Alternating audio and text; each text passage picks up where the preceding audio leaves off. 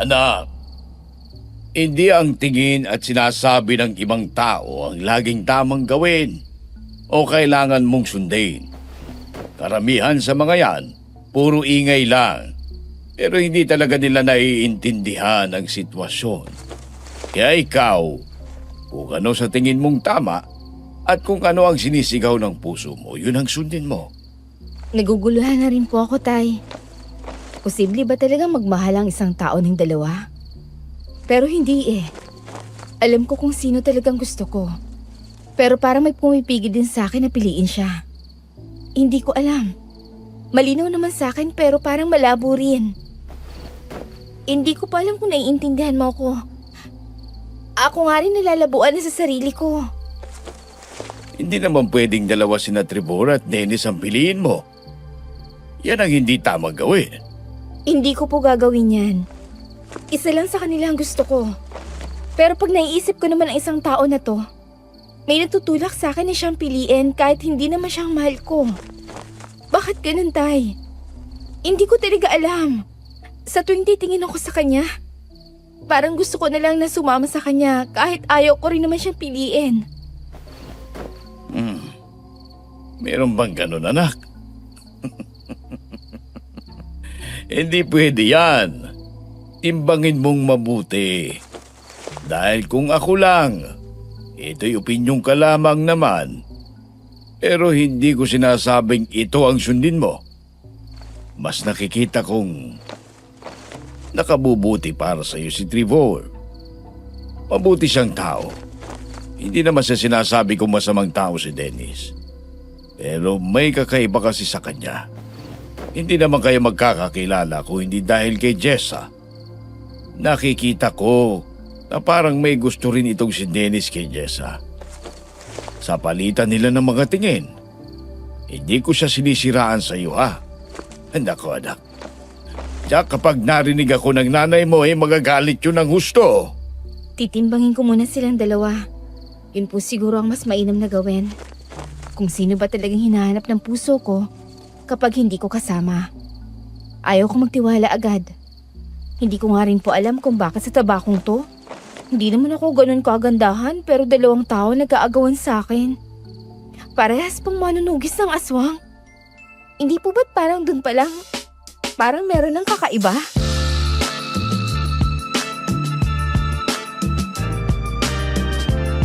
Naranasan mo na rin bang may dalawang taong dumating sa buhay mo at nahirapan kang pumili sa kanila?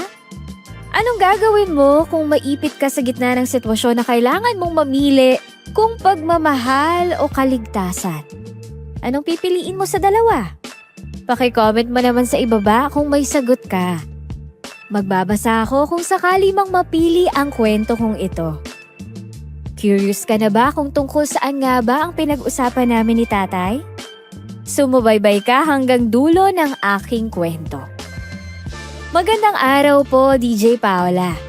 Ganun na rin sa mga walang sawang nakikinig dito sa Aswang Radio.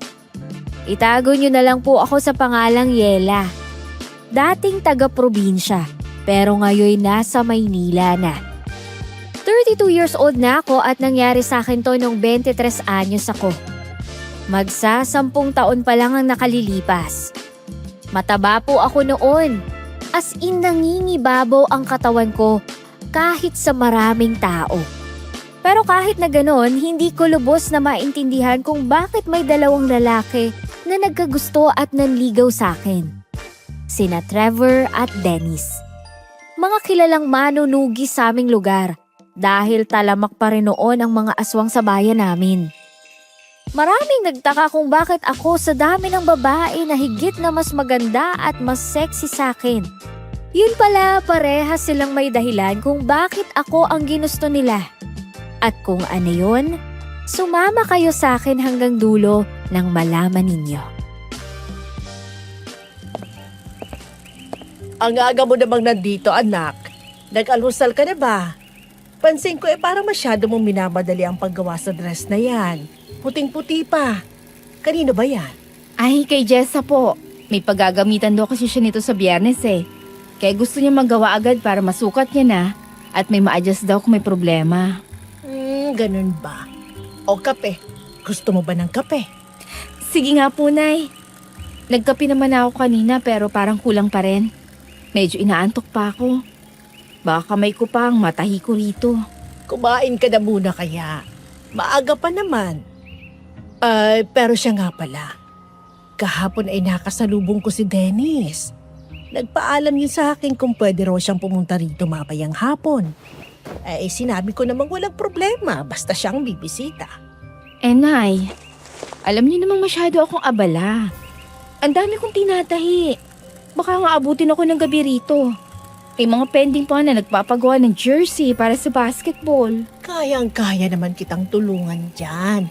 Tsaka hindi naman yan rush, hindi ba? Down payment ka ng mga yan, ikulang pa. Kahit na po, babayaran naman nila ng buo kapag tapos na.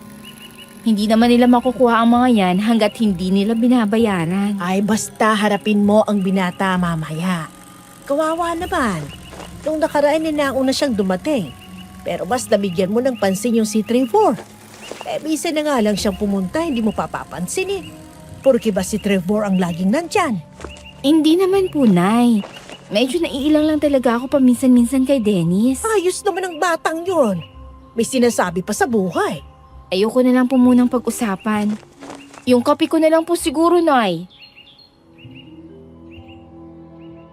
Laging ipinipilit ng Nanay Vilma ko sa akin ang manliligaw kong si Dennis. Magkaiba sila ni Tatay Narding, na si Trevor naman ang gusto.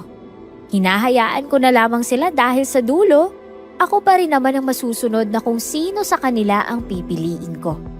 Pagkatapos ng tanghalian, nagulat naman ako nang biglang sumulpot ang kaibigan kong si Jessa. Maganda siya, DJ Paula. Maputi at balingkinita ng katawan. Lalo pang bumagay sa kanya ang mahaba at itim na itim niyang buhok. Iyon na rin ang ipinagtataka sa ilan sa mga kapitbahay. Bukod na nga sa may dalawa akong manliligaw, may kaibigan pa akong maladyosa sa ganda. Uy, friend! Ano? Kumusta na yung pinatatahi ko sa'yo? Eto, tinatapos ko na lang tong sequence sa ibabaw. Saglit lang to. Tapos pwede mo nang isukat. Ayun! Sorry kung parang minamadali kita ha. Excited lang talaga ako. Lalo na para sa okasyon namin. Ano ba kasing meron? Para saan ba talaga tong susuot mo? Hindi ko ba nasabi sa'yo? Para sa kasal. Kasal? Huwag mo sabihin ikaw ang ikakasal. Gaga ka. Hindi mo mala ako iniimbitahan? Kaya ba puti ang dress mo? Gaga. Hindi ako. Anong hindi ikaw? Parang wedding dress nga pala tong pinagawa mo. Hindi no. Gusto ko lang talaga na puti rin ang isuot ko. Alam mo na, para mas mangibabaw ang beauty ko sa iba, di ba? Di para mo nang inungusan ng bride nito. Okay lang yun. Mabait naman siya. Hindi yun magagalit. At saka, huwag mo nang intindihin yun. Ako nang bahala. Sige, sabi mo eh. Oo nga pala, matanong kita. Hindi ka pa ba nakakapili kina Trevor at Dennis? Go for Dennis na kasi, friend. Sobrang bait kaya nung tao. Di mo lang ganong pinapansin. Alam mo, natutulig na ako sa inyo ni Nanay. Dennis kayo ng Dennis. Wow, ang arte mo.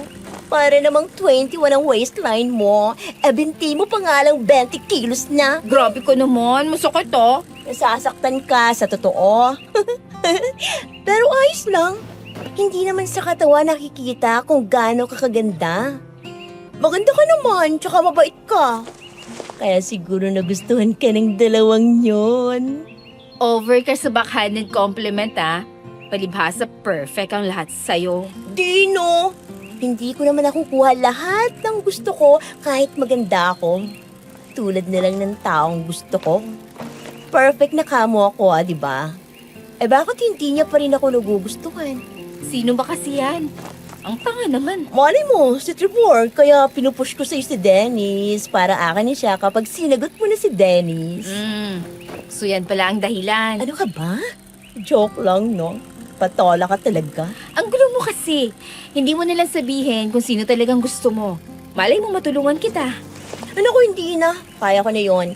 Ang intindihin mo, yung sarili mong love life. Kung alam ko lang na ganyan pala ang pag-aagawan ng mga hunk, di sana bata pa lang, nagkakain na ako ng kung ano-ano hanggang sa tumaba ako. Ikaw, kanino mo pa ako binabody shame, ha? Hindi porky sexy ka, papayag akong ginaganyan mo na ako dahil lang sa mataba ako. Hoy, te, baka makalimutan mo namang friends tayo. Hindi ba't ang magkaibigan nag-o-okrayan, o diba? Oo, magkaibigan tayo. Pero hindi naman free pass yon para low-key mo akong laitin dahil sa katawan ko, no? Oh, ha? Masyado ka namang na-o-offend. Sige na nga, hindi na. Tapusin mo na lang yung dress ko, okay?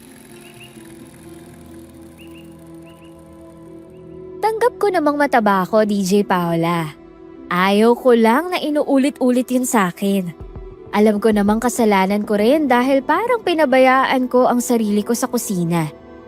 Hindi ko naman din ginustong tumaba ako ng husto pero binabawasan ko na rin naman ang pagkain ko. Hindi nga lang ako gaanong makapag-ehersisyo. Mabilis kasi akong mapagod at kung minsan, hinihika pa ako. Noong hapon na yon, dumating nga si Dennis gaya ng sinabi sa akin ni nanay. Ngumiti siya agad sa akin nang makita ako habang inaabot ang 3 tangkay ng pulang rosas. Tipid na lamang akong napangiti. Kasabay nun ang pakiramdam na para akong lumulutang pagkatapos kong tingnan ang bulaklak. Inanyayahan ko siyang pumasok sa loob ng bahay. Saktong naghahanda ng hapunan ang nanay. Magandang hapon, Yela. Magandang hapon din. Pasok ka. Oh, Dennis! Nandyan ka na pala. Halika rito, pasok ka sa loob. Dako, kanina ka pa rin namin hinihintay ni Yela. Nay! Talaga po? Parang bago po sa pandinig ko yan ah. Akala ko si Trevor lang ang gustong makita ni Yela. Nasaan nga pala siya? Hindi ka binibisita? Abala siya ngayon. May tinutugis. Pumatay ng buntis nung nakaraan kaya hindi siya gano'n nakakapunta rito sa bahay. Ay, salamat naman at masusolo kita. Wala akong kaagaw sa atensyon mo. Bakit nga hindi ka rin abala ngayon? Hindi ba't mas makakabuti kung magtutulungan na lang kayong dalawa ni Trevor? Baka po kasi hindi kami magkasundo eh. Alam niyo na, dito pa lang kay Yela, nag-aagawan na kaming dalawa. Baka pati sa pagtugis ng aswang, magpagalingan lang kami. Pwede nyo naman sigurong isang tabi ang bagay na yun. Hayaan mo sila, Narding. Kahit ako naman mas pipiliin kung hindi makasama ang kakumpetensya ko. Inasali mo na naman ang sarili mo. Hindi naman ikaw ang pinag-uusapan. Hayaan niyo na nga po sila. Pati kayo yung magtatalo pa. Kumain na po siguro tayo. Alika Dennis, kumain tayo. Ay nako, gusto ko man eh, hindi na. Busog na rin kasi ako. Ay, nako, Dennis. Masama ang tumanggi sa pagkain. Sumalo ka na sa amin. Tsaka inaaya ka ni Yela, oh. Hindi na po talaga, Nanay Vilma. Busog talaga ako at wala nang paglalagyan ng pagkain sa tiyan ko.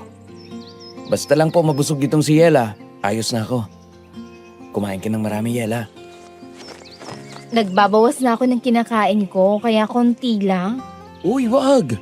Kumain ka hanggat gusto mo. Dahil ba yan sa mataba ka? Ayos lang naman ang katawan mo para sa akin eh. Ayos para sa'yo, pero hindi na siya healthy. Masama ang sobrang taba, yun ang totoo. Eh kaya nga kita nagustuhan dahil sa katawan mo. Ayos na naman sa akin kahit hindi mo na ako magustuhan. Grabe ka naman. Mahilig kasi talaga ako sa matataba eh. Nakwento ko naman sa'yo, di ba? Yung mga ex ko, matataba rin tulad mo. Hindi ko alam, pero kakain na ako. Sigurado ka bang hindi ka kakain? Oo, hindi na. Aalis na rin talaga ako. Sadyang dinaan ko lang yung bulaklak sa'yo. Namiss kasi kita, kaya naisip kong bumisita saglit. Itong mga nakaraan kasi, masyado akong abala. Napupuyat ako kababantay. Ganun ba? Sige. Tay Vilma, Tay Narding, uwi na rin po ako. Oh, ang bilis naman. Hindi ka ba magtatagal man lang kahit konti pa? Eh, hindi na po. Dinaan ko lang talaga kay Yela yung bulaklak.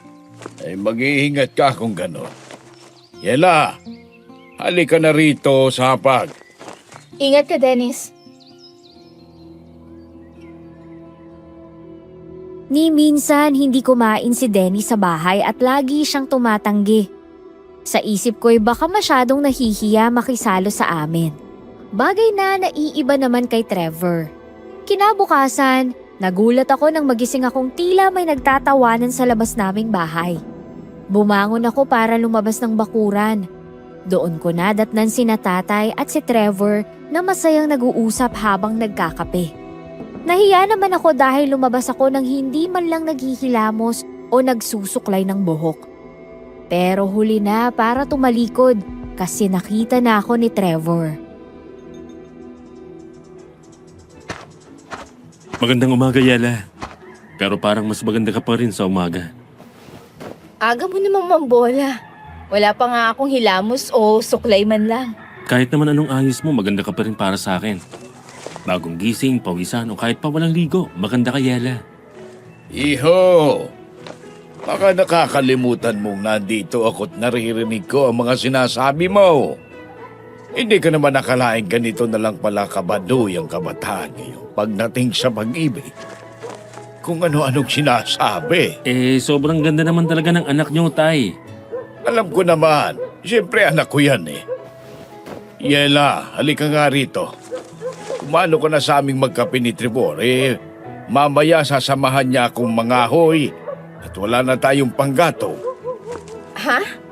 Hindi ka ba puyat o pagod kagabi para tulungan pa si tatay? Naggulat na ako na ang aga mo pumunta ngayon eh. Nakapangako kasi ako nun kay tatay na tutulungan ko siya sa pangangahoy niya. Nakaayos lang naman ako. Hindi ako pagod.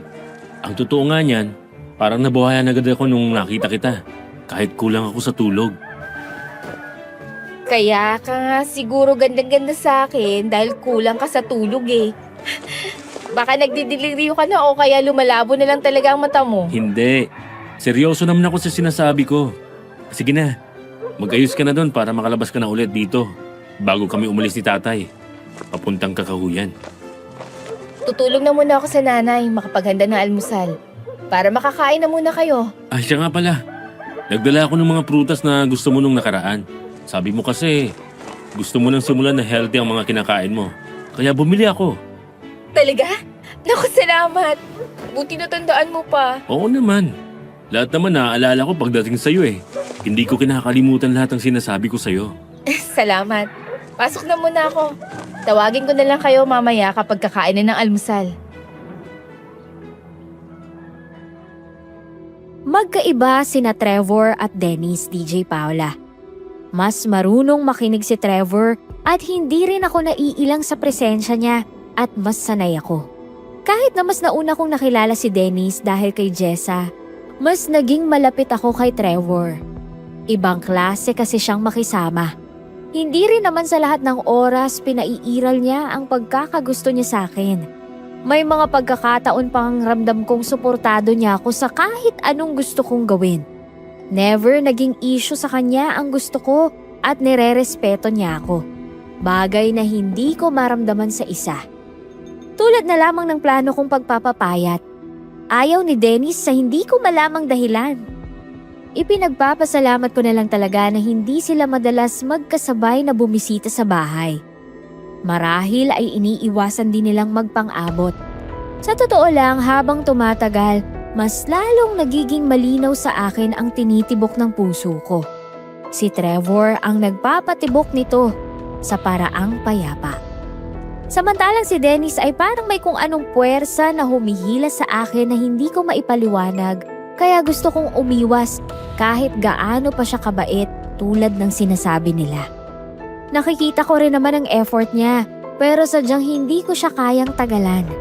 Isang gabi habang naghahapunan kami, naisipan ko ng basagin ang katahimikan at ilatag ang tunay kong nararamdaman sa mga magulang ko. Anong problema, Yela? Bakit parang hindi mo masyadong ginagalaw ang pagkain mo? May gusto ka bang sabihin sa amin ng nanay mo? Kasi po, Nay, Tay, gusto ko lang po sanang linawin yung tungkol kina Trevor at Dennis. Ayoko na rin kasing patagalin pa to dahil baka mas lalo lang silang umasa. Lalo na si Dennis. O ano bang napagdesisyonan mo, anak? Sino ba sa dalawa ang mas matimbang sa puso mo? Pinag-isipan ko pong mabuti, Tay. At kahit po anong gawin kong pagtimbang, kay Trevor po talaga ako mas komportable eh. Siya po ang gusto kong piliin. Alam ko pong siya talaga ang gusto ko. Una pa lang. Ano? Kay Trevor?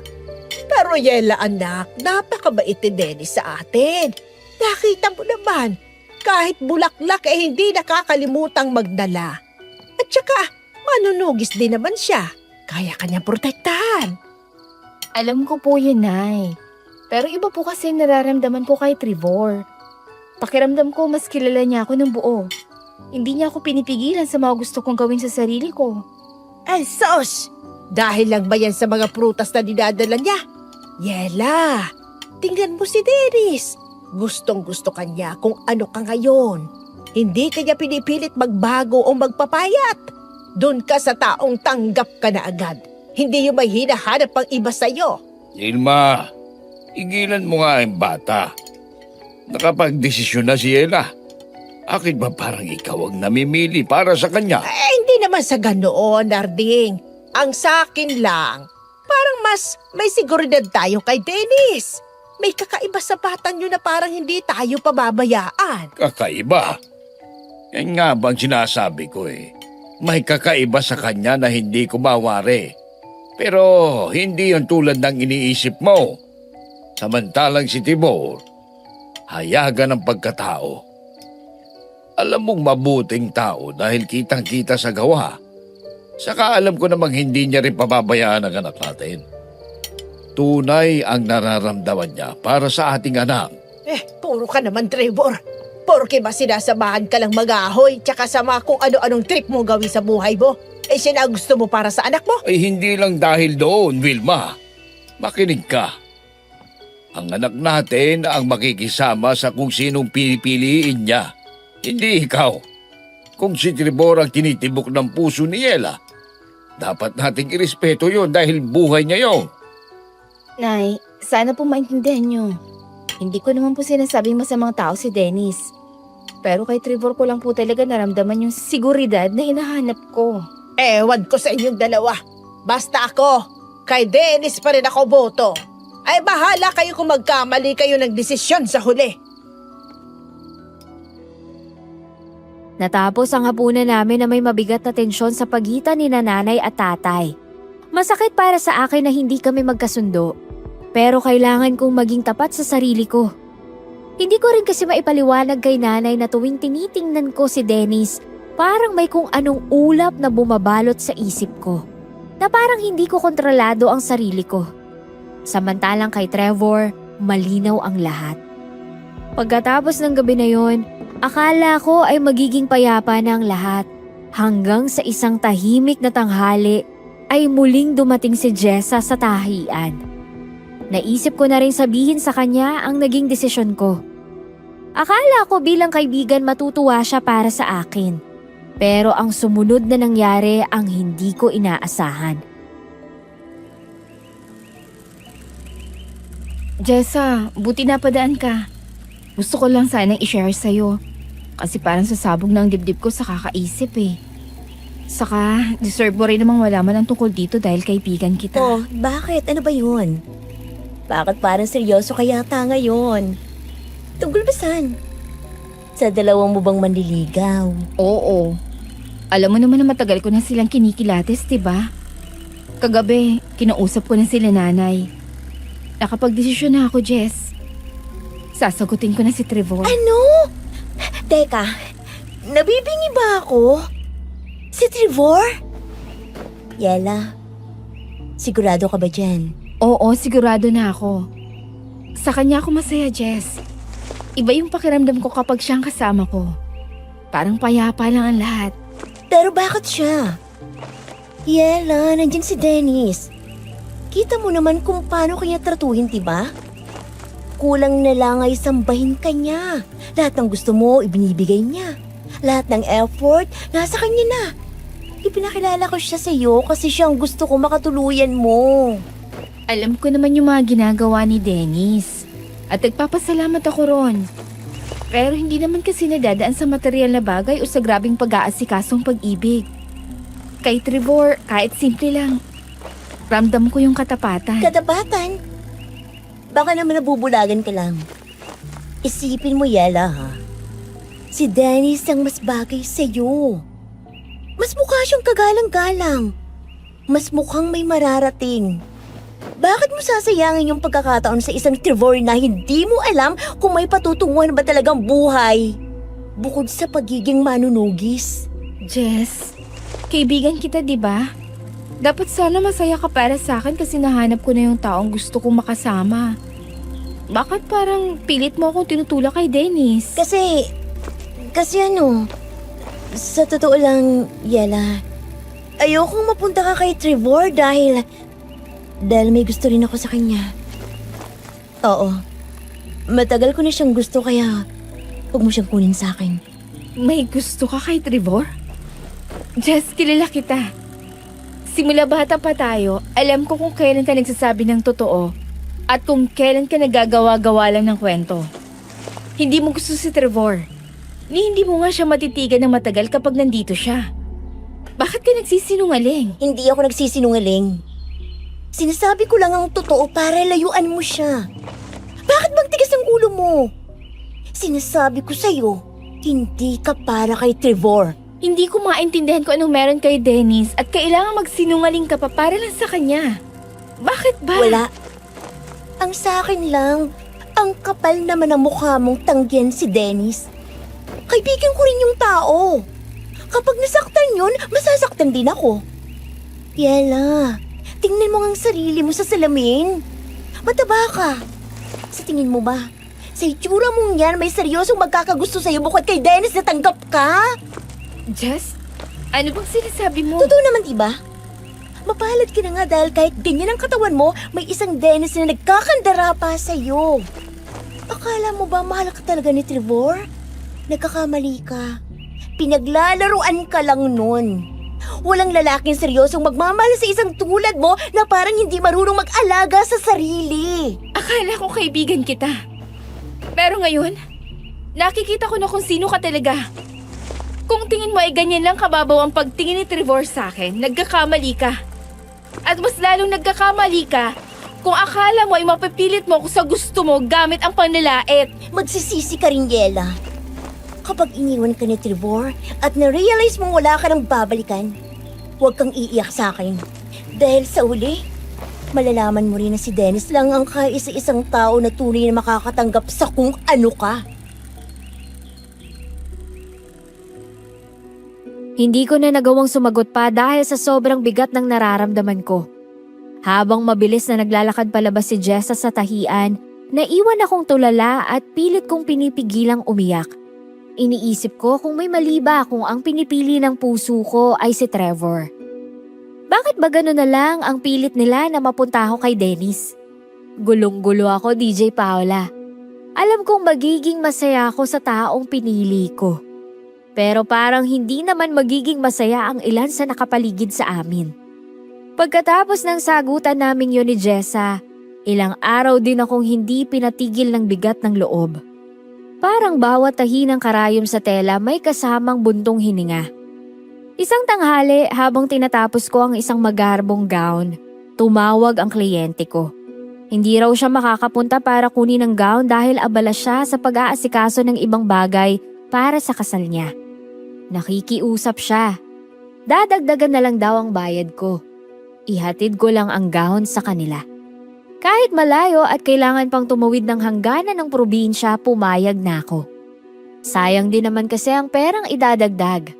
Nagkataon namang abala rin ng nanay at tatay sa kanya-kanya nilang trabaho kaya walang nakasama sa akin. Hindi ko akalain na ganun pala katagal ang biyahe. Inabot ako ng 9:00 ng gabi sa daan pa uwi. Pagbaba ko sa kanto namin, sinalubong ako ng nakakabinging katahimikan. Walang dumadaang tricycle. Ang tanging liwanag lang ay ang maputlang sinag ng buwan na pilit sumisilip sa makakapal na ulap. Habang naglalakad ako sa gitna ng madilim na kalsada, unti-unting gumagapang ang kaba sa dibdib ko. Pakiramdam ko sa bawat hakbang ko, may mga matang nakamasid sa akin sa dilim.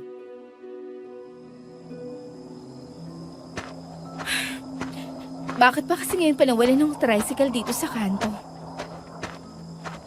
Lord, gabayan niyo po ako. Malayo-layo pang susunod na bahay mula rito. Sino yan? May tao ba dyan? Huwag kayong manakot. Hindi nakakatawa. Ano yung amoy na yun? Parang patay na daga na hinaluan ng nabubulok na karne. Napakabaho! Hindi. Kuni-kuni mo lang to, Yela. Maglakad ka lang. Malapit na. Malapit na sa may ilaw. Teka. Bakit parang may sumasabay sa paghakbang ko? Saan ka pupunta, matabang dalaga? Akala mo ba makakatakas ka sa gutom ko? Diyos ko! Anong klaseng nilalang ka? Aswang! Ako magtatapos na paghihirap mo sa pagdadala ng mabigat mong katawan. Napakatagal ko nag-abang sa dilim. At ngayon, eto ka. Siksik, higlig, at nag-uumataw ang laman. Tulong! Saklolo! Nanay! Tatay! May aswang dito! Walang makakarinig sa'yo rito. Ang boses mo ay magsisilbing musika lang bago ko sipsipin ang bawat patak ng dugo mo. Huwag kang matakot. Hindi naman kita sasaktan ng gusto. Kung ayaw mo mas masaktan, sumunod ka na lang sa gusto ko. Bakit ako? Wala akong ginagawang masama sa inyo. Parang awa niyo na. Pakawalan niyo po ako. Ang taba mo kasi. Malaman ka. Parang isang piyesta na nakahain sa harapan ko. Alam mo ba kung gaano kahirap maghanap ng ganito kalinamnam na amoy sa gitna ng gabi? Tulong! May tao ba rito? Tulungan niyo ako! Sumigaw pala. Mas masarap kainin ang taong nagsusumigaw dahil sa labis na takot. Lumayo ka sa kanya, halimaw! Sino ka namang nangangahas na mangialam sa magiging hapunan ko? Akong tatapos sa kasamaan mo! Yala! Diyan ka lang sa gilid! Huwag kang gagalaw dyan! Trevor! Trevor, mag-iingat ka! Isang manunugis. Isang hawak na tao na may bitbit na buntot bagay. Akala mo ba'y matatakot mo ako sa laruang yan? Hindi ito laruan, aswang! Ito magpapadala sa'yo ng maaga sa impyerno! Huwag kang mangialam dito, lalaki. Matagal ko nang gustong punteriyahin ang babaeng to. Sadyang hindi ko lang matsyempuhan. Hindi mo alam kung anong gutom ang nararamdaman ko sa tuwing nakikita ko siya. Ngayong may pagkakataon na ako, mangingialam ka pa. Wala akong pakialam sa gutom mo! Basta't ang babaeng to ang gagalawin mo! Dadaan ka muna sa bangkay ko! Eri, sasabay na kita sa kanya. 2 putahe sa isang gabi. Bakit hindi?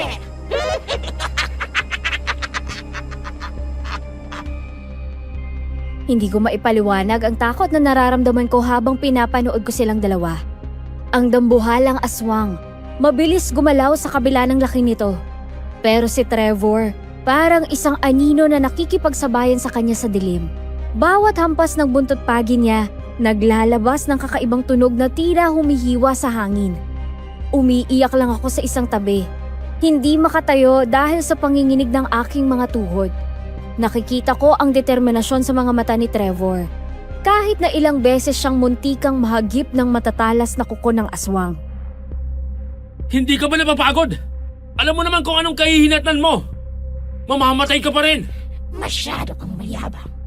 Kapag nabatay kita, isusunod ko ang buong pamilya ng babaeng yan. Hanggat humihinga ako, walang mangyayaring masama sa kanila! Tama na! Napakahapde! Anong klaseng orasyon ang nakalagay sa sandata mong yan? Orasyon ng katarungan para sa mga biktima nyo! Akala niyo ba ay ganun lang magiging kadali na ubusin kami? Marami kami. Hindi niyo alam kung sinong kinakalaban niyo. Kahit ilang pa kayo, hindi ko kayo uurungan! Ang sakit! Nasusunog! Huling gabi mo na sa mundong to! Marami ka ng pinatay! Oras na para pagbayaran mo yan! Trevor! Tapusin mo na siya! Patayin mo na! Huwag mo akong patayin. Magsisisi ka. Hindi ako kailanman magsisisi pumatay ng mga tulad nyo! Akmang ibababa na ni Trevor ang buntot pagi para sa huling hampas nang biglang may mabilis na bulto ng kadiliman ang sumalungat mula sa itaas ng matandang puno ng mangga. Sa bilis nito, tila isang itim na kidlat na bumagsak sa pagitan ni na Trevor at ng naghihingalong aswang. Nabalot ng makapal na alikabok ang paligid at nang humupa ito, tumambad ang isang lalaking aswang. Mas malaki siya, mas siksik ang kalamnan at ang kanyang mga mata ay hindi lang nanlilisik kundi tila may sariling pulang liwanag na nagmumula sa kailaliman ng impyerno. Ang kanyang presensya ay nagdala ng mas matinding lamig sa hangin na naging sanhi ng sabay na panginginig ng aking katawan at ng mga dahon sa paligid. Hindi pa ngayon ang oras niya, manunugis. Ano? May isa pa?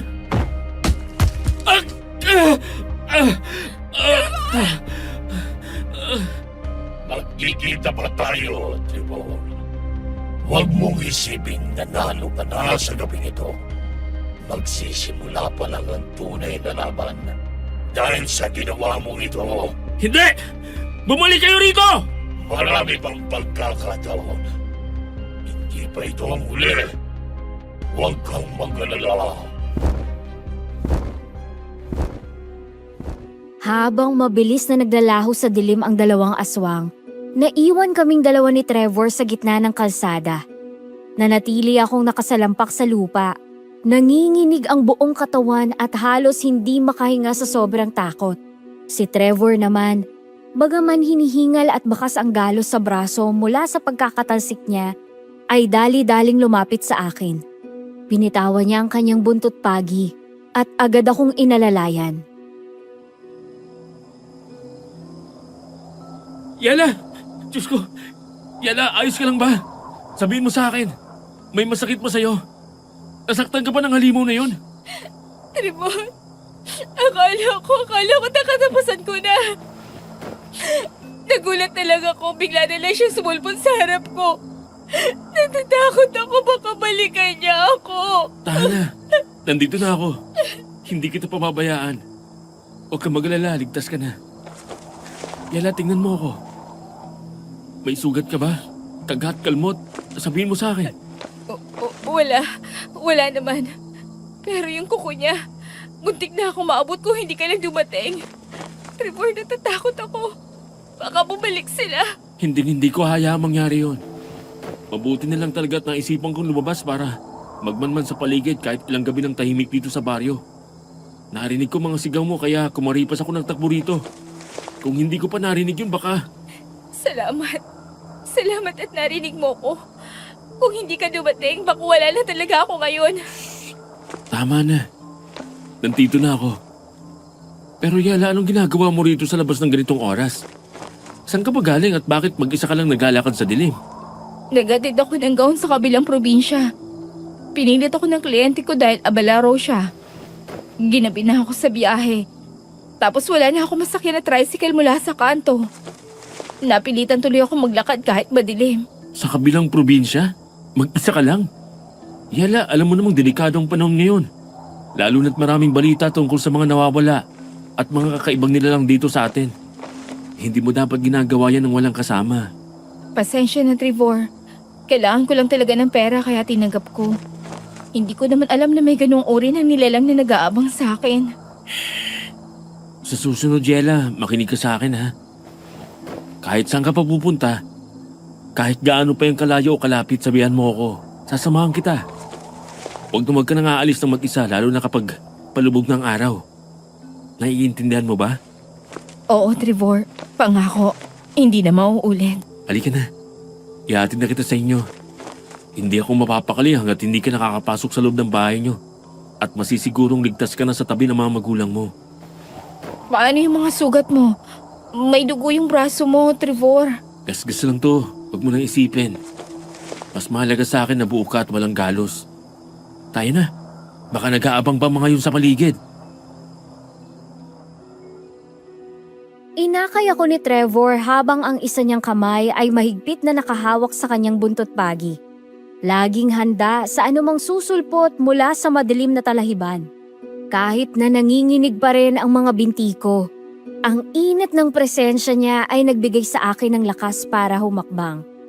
Sa gabing yun, hindi lang ang buhay ko ang nailigtas niya, kundi pati na rin ang tiwala ko na sa gitna ng mga aswang at dilim, may isang manunugis na handang itaya ang lahat para sa akin. Hinatid niya nga ako sa bahay at nagulat naman ang mga magulang ko nang umuwi akong umiiyak. Diyos ko, Yela, anong nangyari sa'yo? Bakit ganyan ang itsura mo?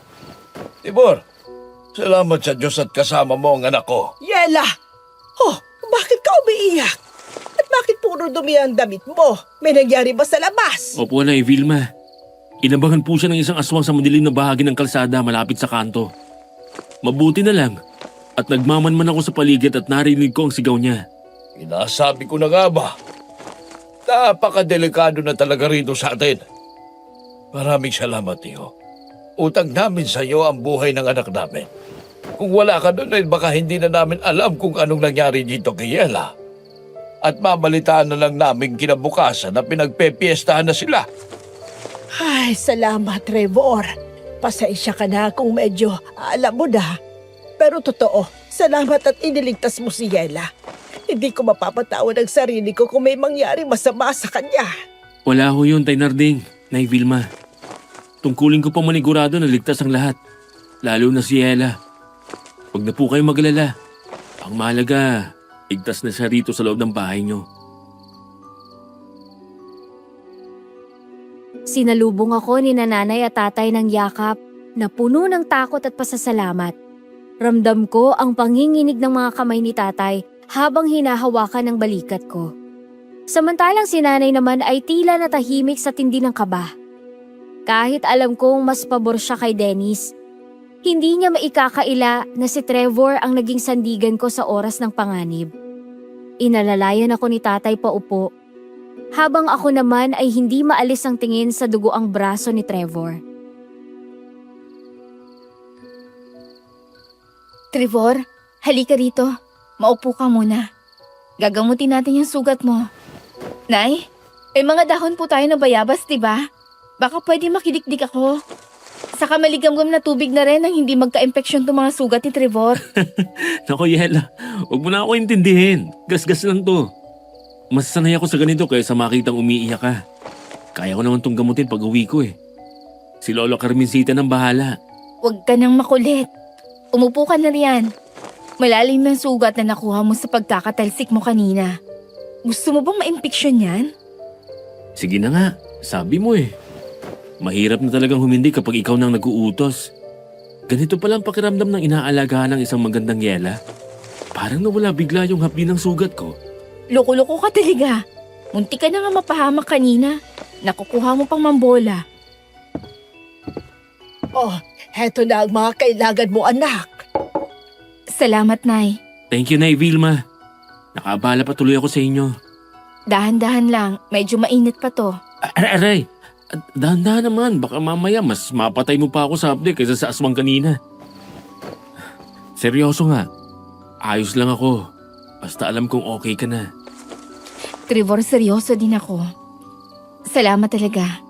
Kung hindi dahil sa buntot pagi mo at sa tapang mo, baka naging hapunan na ako ng aswang na yon. Hanggat ako ang manunugis dito sa bayan natin, walang aswang na makakalapit sa'yo. Sulit naman ang sugat na to. Para akong nanalo sa loto dahil ikaw mismo ang nanggagamot sa akin. Pwede bang araw-arawin na lang natin to? At gusto mo talagang lagi nasusugatan. Baliw ka na nga yata. O ayan, tapos na. Balutin natin ng malinis sa tela para hindi malitikan ng dumi. Habang dahan-dahan kong nililinis ang kanyang sugat, napansin ko ang titig ni Trevor na puno ng paghanga. Hindi ko mapigilang mapangiti sa kabila ng takot na naranasan ko. Ang bawat haplos ng dahon ng bayabas sa kanyang balat ay tila mas lalo kaming pinaglalapit dalawa. Sa gabing yon, kahit may nagbabantang panganib sa labas, Naramdaman ko ang kakaibang katahimikan sa loob ng aming bahay dahil sa presensya ng taong tunay na nagmamahal sa akin. Simula noong gabing yun, mas naging malinaw na ang lahat sa akin. Hindi ko na kailangan pang timbangin ang nararamdaman ko dahil alam ng puso ko kung sino ang tunay na nagbibigay sa akin ng kapayapaan at seguridad. Ngunit alam kong may isang bagay pa akong dapat tapusin para tuluyan na akong makahinga ng maluwag. Habang tinatapos ko ang ilang tinatahi, may narinig akong yabag sa labas. Si Dennis. Huminga ako ng malalim. Hinahanda ang sarili sa pagtatapat na alam kong ikagagalit niya. Yela! Yela! Nabalitaan ko kay Nanay Vilma ang nangyari sa'yo kagabi. Ayos ka lang ba? Bakit hindi ka muna magpahinga? Ayos lang ako. Hindi naman ako nasugatan o ano. Huwag ka na mag-alala sa akin. Pasensya na. Wala ako ron. Hindi kita nailigtas. Okay lang. Ang mahalaga, buhay pa rin ako sa harapan mo. Oh, eto. Nagdala ako ng paborito mong kakanin. Salamat, Dennis. Pero hindi ka na sana nag-abala. Maupo ka muna. May kailangan tayong pag-usapan. May gusto rin kasi akong sabihin sa'yo. Bakit parang napakaseryoso mo naman? Ayos lang naman tayo, di ba? Naaalibadbaran ka na ba sa akin? Sa madalas kong pagdalaw sa'yo? Dennis, tungkol kasi to sa ating dalawa. Pinag-isipan ko to na mabuti. Ayoko na magpaligoy-ligoy. Ayoko namang mas masaktan ka pa sa huli. Gusto ko na kasing itigil mo ng panliligaw mo sa akin. Anong sinasabi mo, Yela? Bakit biglaan naman yata? May nagawa ba akong mali? Walang mali sa'yo, Dennis. Pero hindi ko mapipilit ang puso ko. Mas naging malinaw sa akin itong mga nakarang araw kung sino talaga ang gusto ko makasama. At gusto ko ring malaman mo na nakapagdesisyon na ako. Sasagutin ko na si Trevor. Ano? Si Trevor? Pagkatapos ng lahat ng effort ko, Yela? Minsan lang ako magkagusto ng ganito sa isang babae, tapos ganun-ganun na lang. Hindi ako papayag na ganun ang mangyayari. Hindi ko sinayang ang ilang buwan ko para lang itapon mo ako bigla. Dennis, pakiusap. Tanggapin mo na lang ang desisyon ko. Sa kanya ako masaya. Hindi pwede. Hindi ako susuko. Hindi mo ba naiisip na ako ang mas nakakaintindi sa'yo? Sinabi ko na sa'yo, gusto kita dahil sa kung ano ka ngayon. Pero pipiliin mo yung lalaking yon? Desisyon ko to, Dennis. Sana naman irespeto mo yon. Dahil ayaw ko nang paasahin ka pa. Wala akong pakialam sa Trevor na yan. Kahit anong gawin ninyo, gagawin ko rin ang lahat para mapasagot kita. Hindi ako titigil hanggat hindi ka napupunta sa akin. Dennis, sumusobra ka na. Sinabi ko na si Trevor ang mahal ko at wala nang magbabago doon. Kahit anong sabihin mo, Yela, hindi ako papayag. Magsisisi ka sa desisyon mong ito. Dahil hindi ako ang tipo ng tao na basta na lang sumusuko kapag may gusto.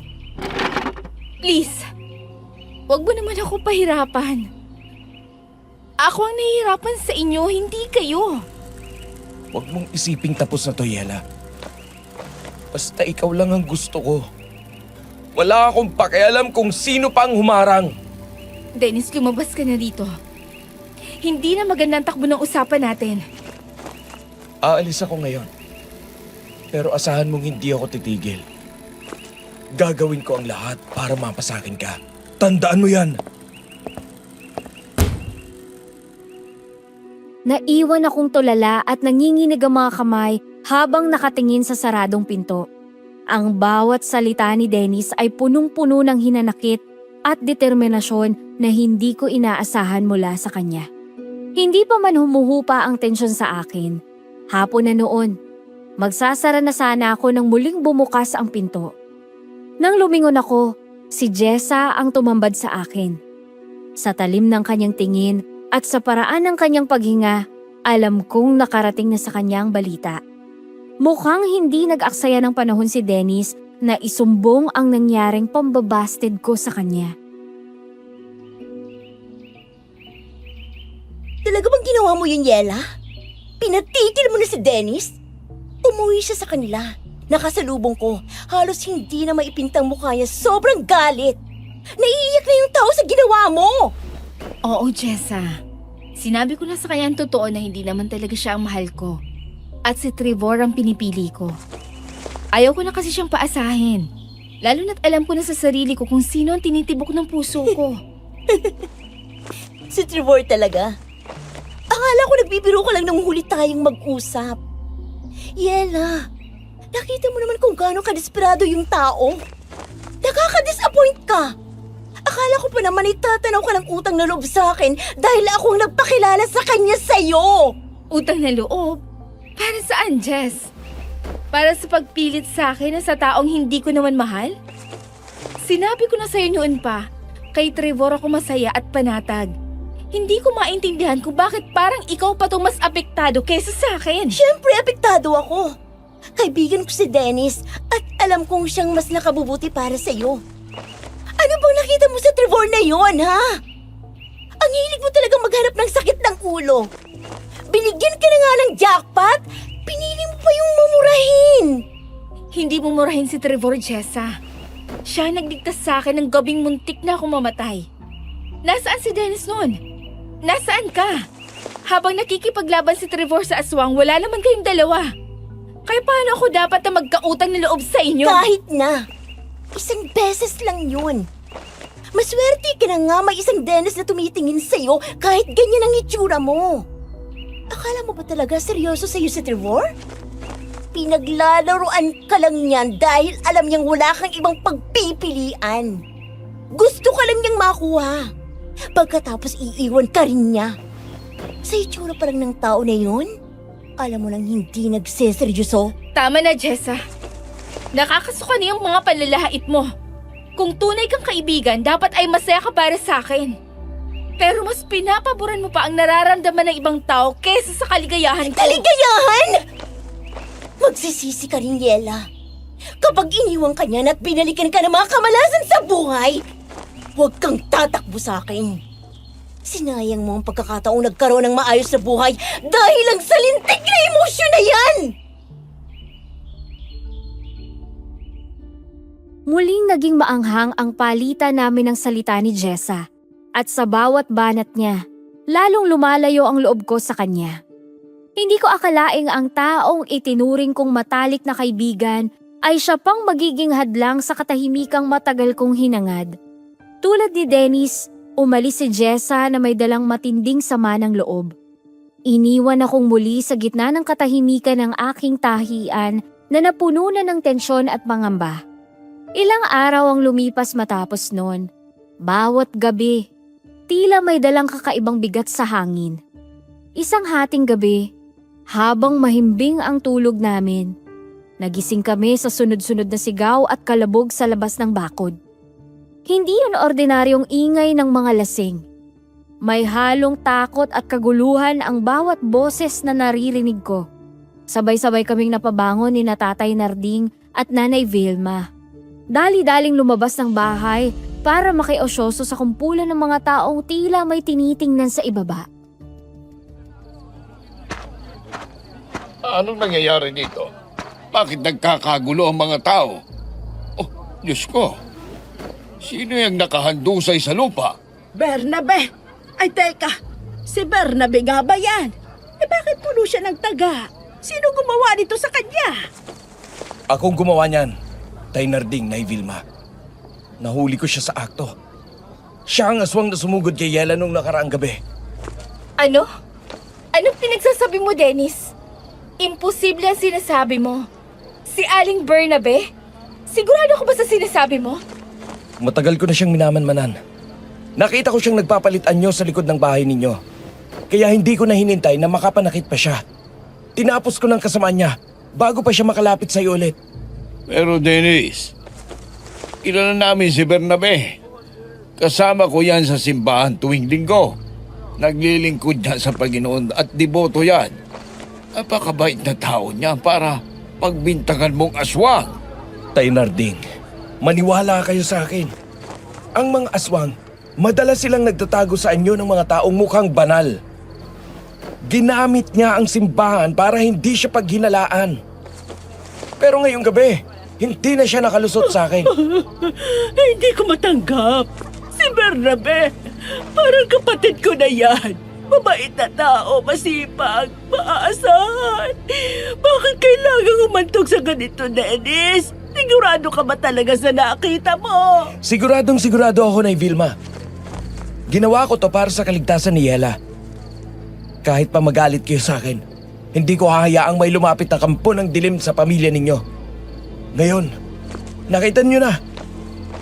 Ako lang ang tunay na makakaprotekta sa inyo.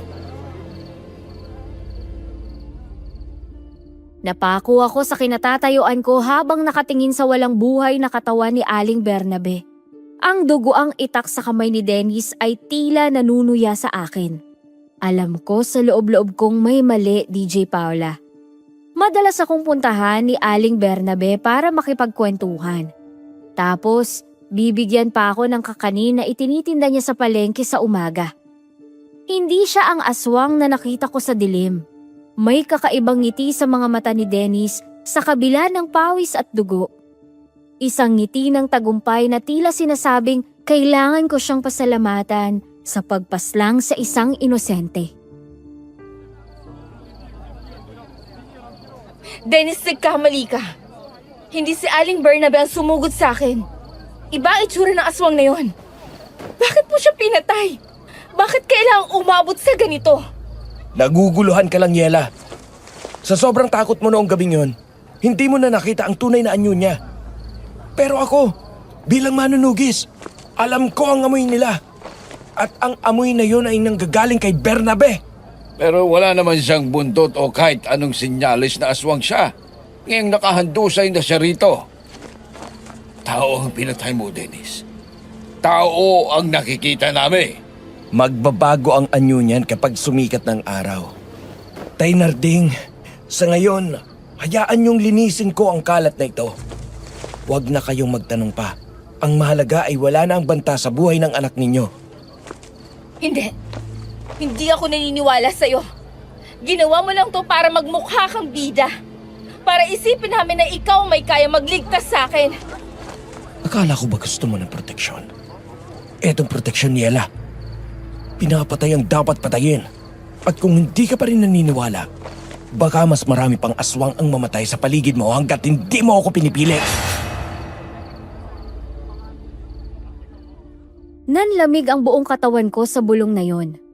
Tumingin ako sa paligid sa mga kapitbahay naming natatakot at sa mga magulang kong hindi malaman kung sino ang papaniwalaan. 2 linggo na ang lumipas mula nang mangyari yon. Hindi pa rin matahimik ang pamilya ni Aling Bernabe. Galit na galit sila kay Dennis, pero ang lalaking yon parang walang naririnig. Ipinaglalaban niyang hindi siya nagkakamali. Pero sa kabila ng lahat, isang tao lang ang hinahanap ng mga mata ko. Si Trevor. Simula rin kasi noon ay hindi siya nagpaparamdam sa akin. Bukod sa namimiss ko siya, pakiramdam ko ay may mali dahil hindi niya rin ako magawang i-text. Sa sobrang pag-aalala, hindi ko na natiis at binuntahan ko siya sa kanila. Pagpasok ko, bumungad sa akin ang katahimikan at ang amoy ng kakaibang gamot. Lola Carmencita, magandang hapon po. Pasensya na po at sumadya ako rito na hindi nagsasabi. Yela, apo. Ikaw pala yan. Halika, pasok ka at maupo ka rito sa tabi ko. Kumusta po kayo? Mukhang malalim po ang iniisip niyo rito sa tumba-tumba. Ang tagal ko rin po hindi nakadalaw rito sa inyo. Ay, mabuti naman ako, apo. Itong katawan lang medyo mabigat na. Pero ikaw, kumusta ang lagay niyo? Malapit sa bayan. Ay, balita ko eh. Sinugod ka rin daw ng aswang nung nakaraan. Ay, salamat naman sa Diyos at hindi ka na paano. Opo, buti na lang po dumating si Trevor. Maayos naman po kami bukod doon, Lola. Kaya lang, itatanong ko lang po sana kung nasaan si Trevor. Ilang linggo na po kasi siyang hindi nagpapakita sa akin. Nag-aalala lang po ako. Ay, alam ko namang siya ang sinadya mo rito, apo. At mabuti na lang talaga't naisipan mong pumunta. Akala ko talaga kukunin na siya ng Panginoon, Yela. Akala ko'y huling gabi na niya nung umuwi siya sa akin. Halos hindi ko na alam kung anong gagawin ko. Po, ano pong nangyari? Bakit po kayo umiiyak? May sakit ba si Trevor? Umuwi siyang duguan, Apo. Ay, halos hindi na siya makalakad at punong-puno ng sugat ang katawan. Ay, sabi niya, may nakasagupa siyang malakas na aswang sagupat. Diyos ko, bakit po ngayon niya lang sinabi sa akin? Bakit hindi niyo pinapaalam? Binilinan niya kasi ako. Sabi niya, ay huwag na huwag kong sasabihin sa'yo dahil ayaw niyang matakot ka o madamay pa sa gulo nila. Ayaw kanyang pag-aalalahanin.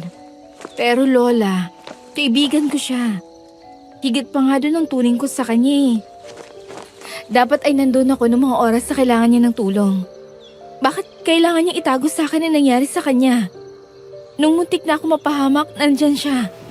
Tapos ayaw niya akong hayaan na tulungan din siya? Alam mo naman, Apo ko. Ay, ayaw niyang nakikita mo siyang mahina at natatakot siya. Natatakot siya na baka kapag nalaman mong muntik na siyang mamatay, ilayuan mo siya dahil sa panganib na dala niya. Hindi ko magagawa yon. Kung tutuusin, mas natatakot ako ngayon dahil wala akong kaalam-alam sa nangyayari. Nasaan po siya ngayon? Gusto ko siya makausap. Tulog pa siya sa loob ng silid niya, Apo. Maraming nawalang dugo sa kanya. Kaya kailangan niya ng mahabang pahinga. Kaya pala ibang pakiramdam ko. Dito po muna ako, pwede po ba? Gusto ko kasi siyang makausap kapag nagising na siya. Napakabuti mong bata, Yela. Ay, pasensya ka na kung naitago namin to. Gusto lang naman ni Trevor na huwag kang mag-isip ng kung ano-ano. Alam mo ba kung anong sinabi niya nung nagkamalay siya? Sa oras daw na gumaling siya, ikaw ang unang-una niyang pupuntahan. Ay kasi baka raw akalain mong tumigil na siya sa panliligaw. Ay seryosong apo ko sa'yo, Yela. Mahal na mahal ka niya. Na wala siyang ibang gusto kundi bigyan ka ng kapayapaan sa puso't isip mo. Ay, sige na Apo. Pumasok ka na sa kwarto niya. Alam kong hindi ka rin mapapakali hanggat hindi mo siya nakikita. Ay basta dahan-dahan lang. Ay baka magulat siya. Opo, Lola. Sandali lang po ako. Salamat po. Dahan-dahan kong pinihit ang seradura ng pinto ng kwarto ni Trevor. Baka kasi magising siya bigla at maantala ang pagpapahinga kung hindi ako mag-iingat. Sa gitna ng madilim na kwarto, nakahiga si Trevor. Walang suot na pang-itaas at ang kanyang matipunong katawan ay halos natatakpan na ng mga benda at gasa. Lalong nangilid ang luha ko habang pinagmamasdan ang kanyang mukha na tila pagod na pagod. May malaking gasgas sa kanyang pisngi at ang mga bendahe sa kanyang dibdib at braso ay may bakas pa ng natuyong dugo. Hindi ko mapigilang mapahagulhol ng mahina habang dahan-dahang lumalapit sa kanyang kama. Yala? Ikaw ba yan? O nananaginip lang ako? Ako to, Trevor. Si Yela. Bakit hindi mo sinabi sa akin? Nakakainis ka. Pinag-alala mo ko ng gusto. Akala ko kung ano na nangyari sa'yo. Teka lang, dahan-dahan. Huwag ka namang sumigaw. Masakit pang ulo ko pati katawan. Tsaka, bakit ka umiiyak? Hindi pa naman ako patay para iyakan mo ng ganyan. Buhay na buhay pa ako, oh. Nakukuha mo pang magbiro sa lagay mong yan? Tingnan mo nga sarili mo. Buntik ka nang mamatay, Trevor. Paano kung hindi ka na nakauwi rito sa inyo? Pero nakauwi ako, hindi ba? Buhay ako. Malakas ako, Yela. Hindi basta-basta namamatay. At saka, hindi ko kayang iwan ka ng basta-basta. Sino na lang magtatanggol sa'yo sa mga aswang? At sa mga mapagsamantalang tao? Hindi ako mawawala ng hindi man lang nagpapaalam sa'yo. Alam ko kasi magtatampo ka. Trevor, seryoso ako. Huwag mo nang uulitin to, ah. Huwag mo nang ililihim sa akin ang mga ganitong bagay. Kasi hindi ko kaya mawala ka. Kung alam mo lang kung gaano ako nag-alala nang malaman kay Lola na halos mamatay ka na. Please, ako ang una mong sasabihan palagi. Pangako, Yela, hindi ko na uulitin. At hindi ako mawawala sa piling mo. Hindi kita iiwan. Yan lang ang maipapangako ko sa'yo. Bukod sa mahal na mahal kita. Lumipas ang mga araw na ang buhay ko ay umikot lang sa pagitan ng aming bahay at sa silid ni Trevor. Tuwing umaga, maaga akong gumigising para magluto ng sabaw na mainit at dadalhin ko iyon sa kanya. Ako na ang naglilinis ng kanyang mga sugat.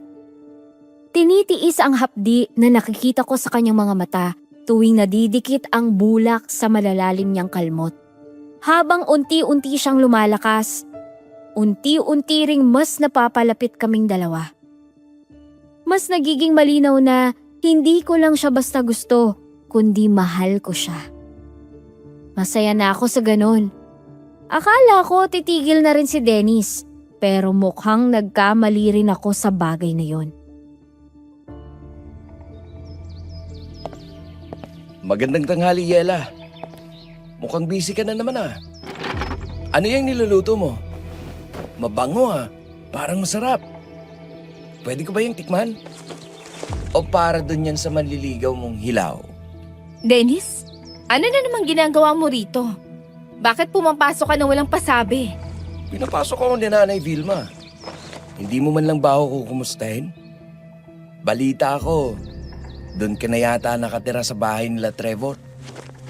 Maaga ka laging pumupunta ron. Wala kang pakialam kung saan ako nagpupunta, Dennis.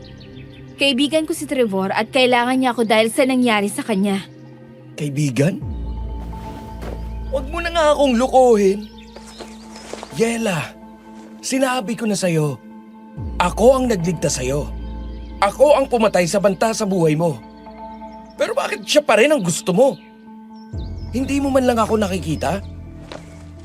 Kahit katiting lang sa ginagawa ko para sa'yo, ang tigas mo naman. Tumigil ka na nga, Dennis. Hindi ka ba makaintindi? Ilang beses ko bang sasabihin sa'yo na huwag mo akong pakialaman? Natigilan mo na ako. Hindi ko na kaya nakikita ang presensya mo dahil hindi naman talaga kita gusto. Hindi kita magugustuhan dahil hindi ka marunong rumespeto. Yela, anak. Dahan-dahan naman sa pananalita. Bisita natin si Dennis. Nag-aalala lang naman sa'yo ang bata. Nay, hindi niyo ba nakikita? Hindi na ba sa pag-aalala o pangungumusta ang ginagawa niya eh? Panghihimasok na to. Dennis, dederechohin na kita para hindi ka na pabalik-balik dito. Nagkakaunawaan na kami ni Trevor. Kahit hindi ko pa siya tuluyang sinasagot. Siya ang mahal ko at siya ang pinagkakatiwalaan ko. Nagkakaunawaan? Yung lalaking yun? Yung halos hindi man lang nagawang proteksyonan ang sarili niya laban sa hamak na aswang? Yun ang pinili mo kaysa sa akin? Oo, Dennis. Dahil kahit kailan, hindi siya naging katulad mo na kailangang pumatay ng inosente para lang magmukhang matapang. Mas mabuti pang mamatay siyang lumalaban kesa mabuhay na katulad mong puno ng kasinungalingan. Mag-ingat ka sa mga sinasabi mo, Yela. Binabalaan kita.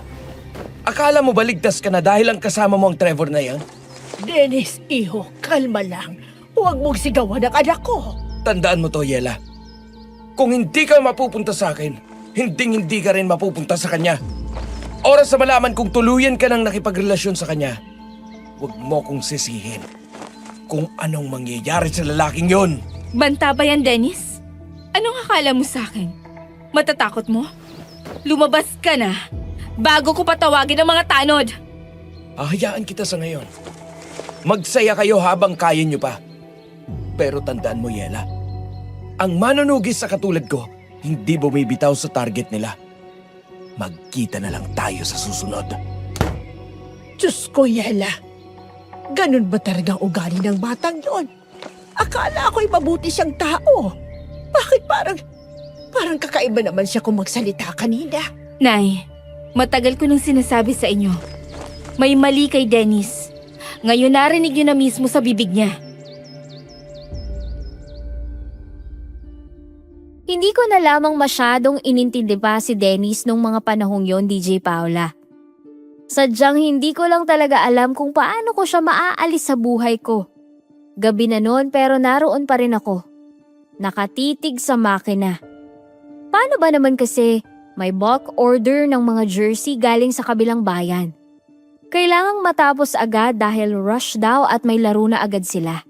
Sabog pa rin ang isip ko dahil kay Dennis sa mga banta niya. Pero pilit ko na lang ibinabaon sa bawat tahi ng karayom ang kaba ko. 10:00 na nung gabing yon, bukas pa ang pinto ng shop ko para pumasok ang kaunting hangin. Pero biglang nag-iba ang ihip nito.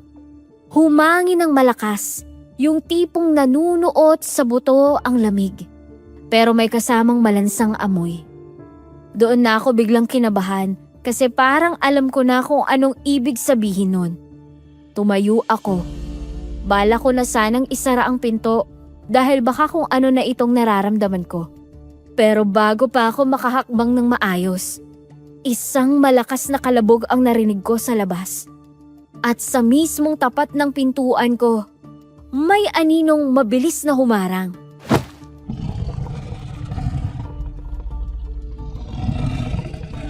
Nanlaki ang mata ko. Hindi yun tao.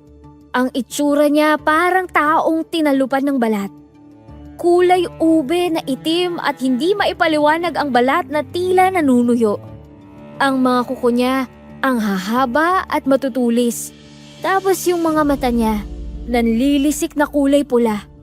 Galit na galit siya. At kitang-kita ko ang pagtulo ng malapot na laway sa bibig niya habang nakatitig sa akin. Diyos ko! Wag! Sino ka?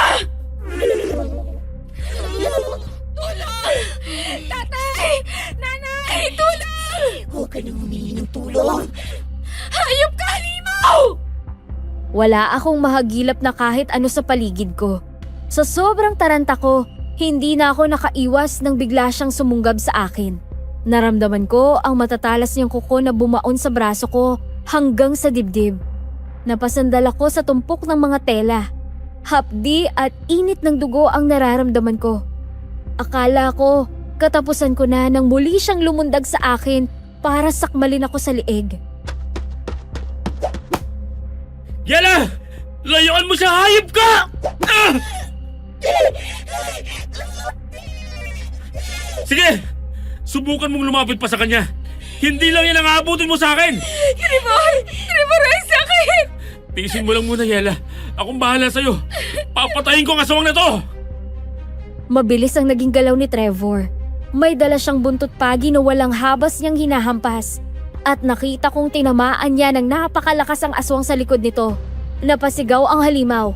Yung sigaw na nakakabingi. Bago ito mabilis na tumalon palabas ng shop at naglaho sa dilim. Kasabay noon ang pagdating nila Tatay Narding at Nanay Vilma na hingal na hingal. Yela, anak. Anong nangyari dito? Diyos ko! Ang anak ko! Trevor! Anong nangyari kay Yela? Bakit puro dugo ang damit niya? Ay, Narding.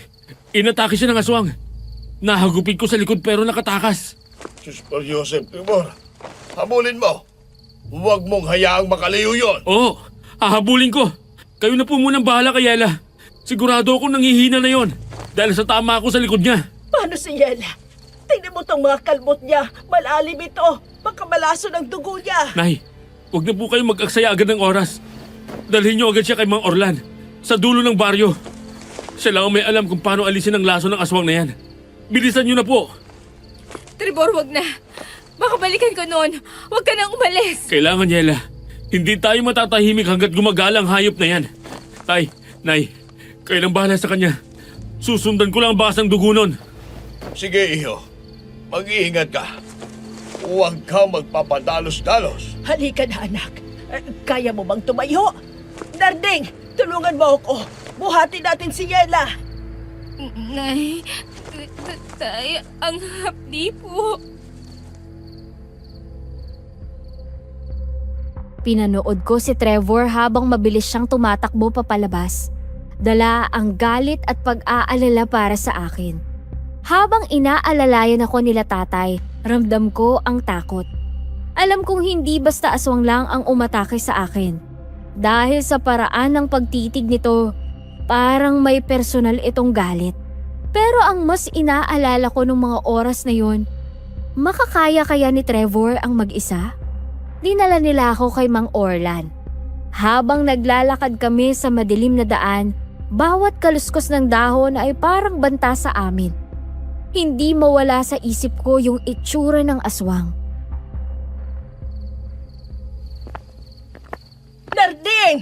Bilisan mo namang lakad! Tingnan mo anak natin, namumutla na! Ito na nga, Vilma. Malapit na tayo. Konting tiis na lang yan, anak. Malapit na tayo kay Mang Orlan. Sana ayos na si Trevor. Huwag mo na isipin yun ngayon. Ang isipin mo'y ang sarili mo. Ay, Diyos ko, Dennis, kung nandun ka lang sana para tulungan kami. Ano ka ba, Vilma? Hanggang ngayon ba naman, Dennis pa rin? Narinig mo naman ang sinabi nung kay Yela noong nakaraan, hindi ba? Nag-aalala lang naman ako. Pero nandito na tayo. Mang Orlan! Mang Orlan! Tao po! Ay, ano yan? Anong nangyari sa kanya at duguan ang inyong dalaga? Inatake ho ng aswang. Tuloy niyo siya rito. Bilisan niyo bago pa manigas ang mga sugat niya. Malalim ang mga kalmot. Kailangan nating sipsipin ang lason bago pa ito umakyat sa puso mo. Habang inihahanda ni Mang Orlan ang mga gamit niya, hindi ko mapigilang mapatingin sa bintana.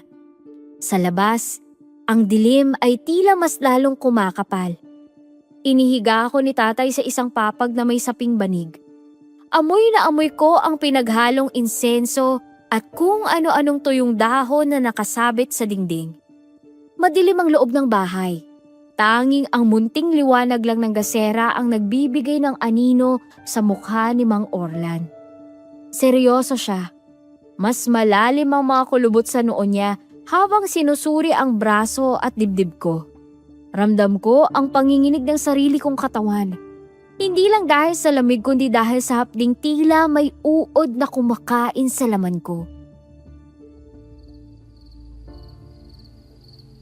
Narding, hawakan mo ang balikat ng anak mo. Vilma, kumuha ka ng mainit na tubig at malinis na tela. Bilisan nyo, kilos agad. Hindi biro ang nakuha niyang sugat. Maalis man ang lason, sigurado kong mamamaga pa rin ito. Ay, oo po, Mang Orlan. Ay, Diyos ko, bakit tila nagigitim ang paligid ng sugat niya? Yan ang kamandag ng aswang. Kapag hindi natin ito nailabas agad ng ilang oras, kakalat ang itim sa buong ugat niya. Mabubulok ang laman niya sa loob.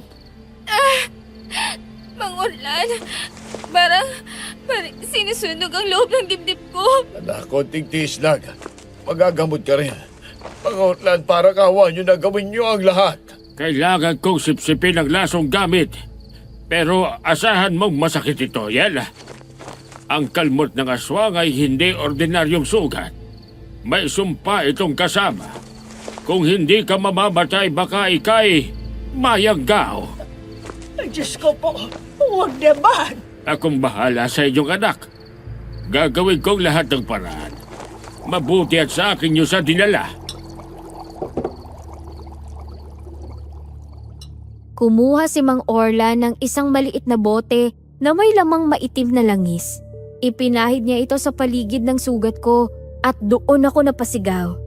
Parang asido ang dumampi sa balat ko. Habang binibigkas niya ang isang orasyon, nakita ko ang usok na lumalabas mula sa aking mga kalmot.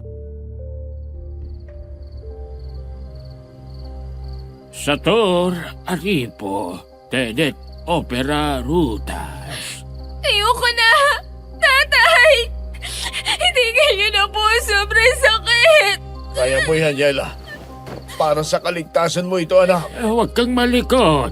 Kapag naputol ang agos ng lason, baka hindi na natin ito mahabol. Ang aswang na kumalmot sa'yo, Hindi basta nagugutom lang. May halong panggagayuma at galit ang bawat baon ng kuko niya. Pag-Orlan, ano pang kailangan? Bantayan niyo ang paghinga niya. Kapag tumigil ang tibok ng puso niya pansamantala, huwag kayong matatarantang buhusan siya ng suka. Kailangan nating gisingin ang dugo niya. Ipinatong ni Mang Orlan ang mainit na bato sa ibabaw ng sugat ko. Napapikit ako sa sobrang hapdi. Sa bawat pag-usal niya ng mga salitang hindi ko maintindihan, tila unti-unting hinahatak ang buhay ko palabas. Pero sa gitna ng hirap na yon, ang mukha pa rin ni Trevor ang hinahanap ng isip ko. Akala ko hindi na matatapos ang paghihirap ko noong gabing yon. Pero mabuti na lang at nagawang alisin ni Mang Orlan ang lason at nalinis niya ang sugat ko. Yun nga lang, namamaga pa rin. Nakasandal ako sa mga una noon sa aking kwarto. Ramdam ang hapdi ng mga benda sa aking braso at dibdib. Hindi ako nakakatulog ng maayos dahil sa nangyari sa akin. Bawat pikit ko, yung nanlilisik na pulang mata ng aswang ang nakikita ko. Pero higit sa takot, ang pag-aalala kay Trevor ang bumabagabag sa akin. Narinig ko ang kalansing ng gate at ang mabibigat na yabag sa simento. Pumasok si Trevor. Tila wala pang tulog. Pagod na pagod ang itsura niya. Gusot ang baro at may mga bakas ng tuyong putik sa binti. Trevor, salamat sa Diyos bumalik ka. Kumusta? Anong nangyari? Nahabol mo ba siya? Yela, maigi naman at gising ka na.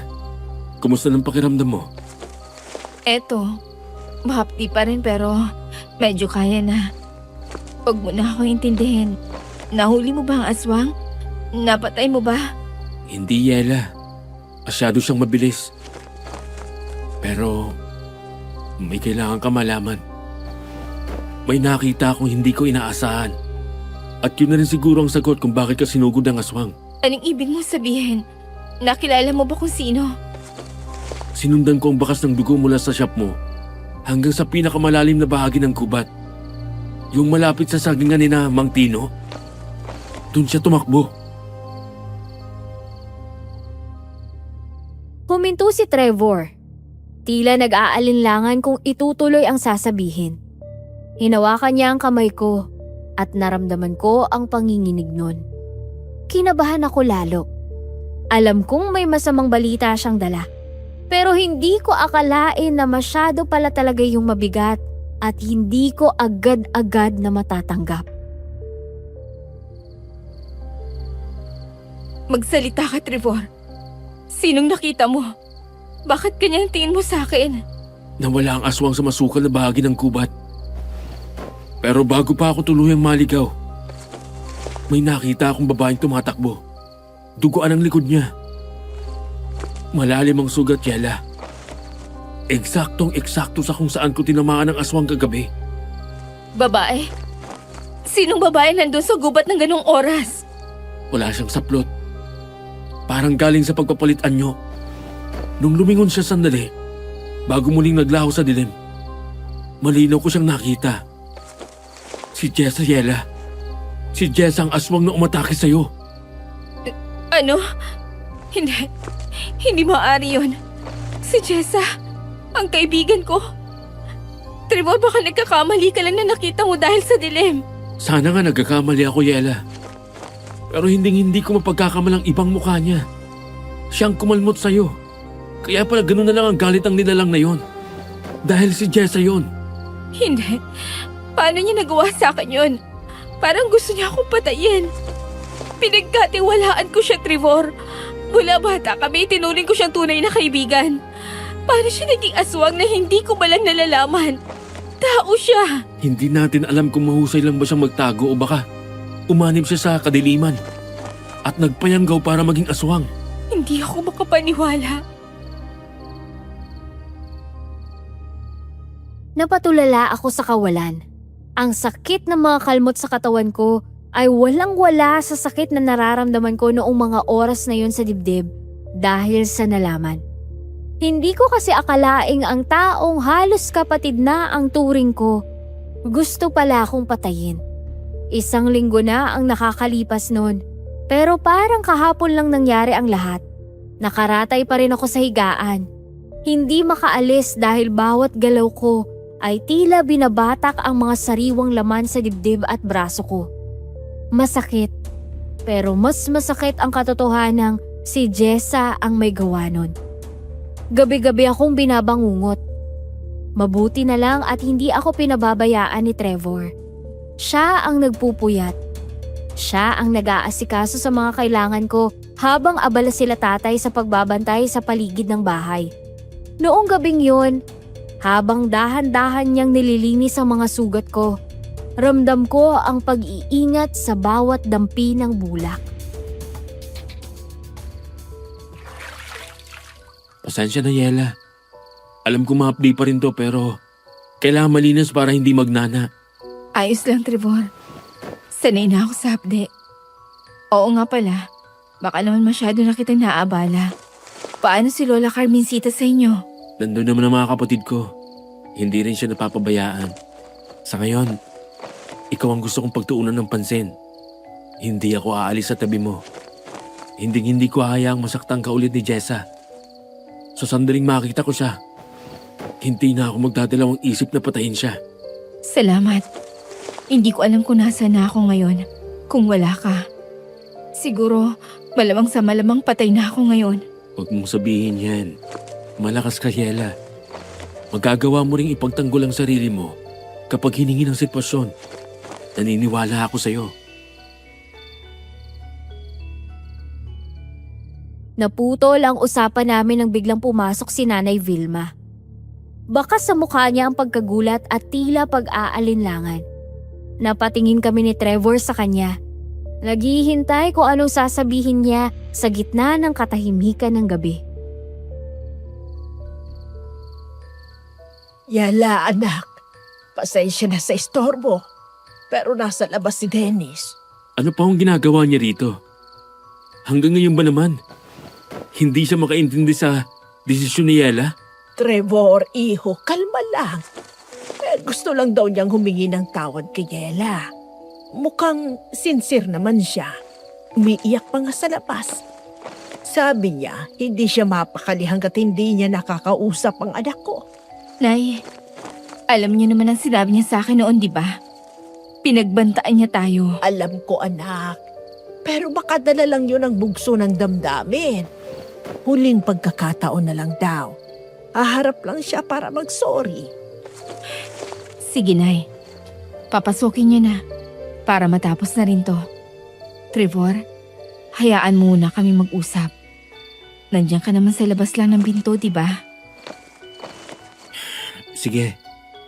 Pero sa oras na pagtaasan ka ulit niya ng boses at magalit siya sa'yo, hindi ako magdadalawang isip na kalad ka rin siya at palabasin dito. Lumabas si Trevor kasabay ni Nanay. Maya-maya pa pumasok si Dennis. Malayo ang itsura niya sa mayabang na Dennis na huling nakita ko. Nakayuko siya. Parang pasan ang mundo at dahan-dahang lumapit sa tabi ng higaan ko. Sinikap kong umupo kahit parang hinahampas ang likod ko sa bigat ng katawan ko. Yela, salamat at pinagbigyan mo pa akong makausap ka. Kahit sa huling sandali na lang. Alam kong ito ang kailangan kong gawin para matapos na lahat. Ayoko na rin ito. Napapagod na ako. Gustong-gusto ko nang matapos ang gulo. Anong kailangan mo, Dennis? Sabi ni Nanay, magsusorry ka lang? Oo. Hindi ako makatulog sa pagsisisi. Yung mga banta ko noon, hindi ko sinasadya yun. Mahal lang talaga kita kaya ako nagkakaganito. Patawarin mo sana ako. Hindi ko lang kasi kayang tanggapin na mas pinili mo siya kaysa sa akin na nauna mong nakilala. Pinapatawad na kita, Dennis. Pero sana, hayaan mo na kaming manahimik. Yung atin tapos na yon. Pwede naman siguro tayo maging magkaibigan. Sadyang si Trevor ang sinisigaw ng puso ko. At hindi na magbabago yon. Alam ko, tanggap ko na. Pero bago ako tuluyang lumayo sa'yo, pwede bang humingi ng isang huling yakap? Bilang tanda na wala na tayong masamang tinapay sa isa't isa. Yakap? Huling-huli na to, Yela. Pagkatapos nito, hindi mo na makikita ang anino ko. Dahil sa panghihina at kagustuhan na ring matapos na ang gulo, tumango ako. Lumapit siya at naramdaman ko ang braso niya sa paligid ko. Pero hindi ito yung yakap na komportable. Malamig ang balat niya at biglang bumigat ang hangin sa loob ng kwarto. Bago pa ako makahinga ng maluwag, naramdaman ko ang mahigpit na pagdikit ng mga kamay niya sa liig ko. Dennis, anong hindi ako makahinga? Sabi ko naman sa'yo, di ba? Kung hindi ka mapupunta sa akin, hindi ka mapupunta sa kahit kanino. Mamatay ka na lang, Yela! Trevor! Tulong! Hayop ka! Bitiwan mo siya! Agad na sumugod si Trevor at sinuntok si Dennis para maalis ang pagkakasakal sa akin. Napahiga ako sa papag. Habol ang hininga habang nangingitim ang paningin. Pero hindi pa doon natatapos ang lahat. Biglang yumanig ang buong bahay. Isang napakalakas na kalabog ang narinig namin mula sa itaas. Nabutas ang aming bubong at bumagsak ang isang nilalang sa gitna namin. Alikabok at mga sirangyero ang humarang sa paningin ko. Pero kitang-kita ko ang nanlilisik na pulang mga mata. Isang aswang, mas malaki at mas mabagsik. Gulo ang isip ko habang nakatingin sa butas na bubong. Pero mas lalong gumulo ang mundo ko sa mga naririnig ko mula kay Dennis. Habang sinusubukan siyang pigilan ni Trevor, tumatawa lang ang demonyo. Tila ba wala siyang pakialam kung mabulgar man ang lahat ng bahid ng dumi sa pagkatao niya. Doon ko napagtanto na ang lahat ay bahagi lang ng isang malaking bitag. At ang aswang na pumasok mula sa bubong. Hindi lang yon basta halimaw, kundi ang kaibigan kong si Jessa.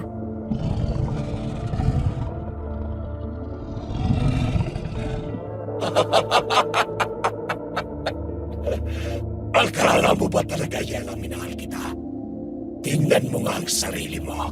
Sa tingin mo ba, papatol ako sa isang katulad mo kung wala akong ibang pakay? Anong ibig mong sabihin?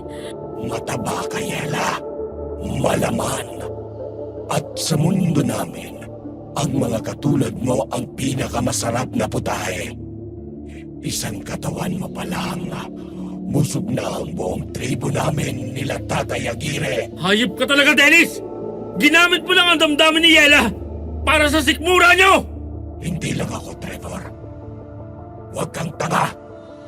Pinlano talaga namin to ng asawa kong si Jessa.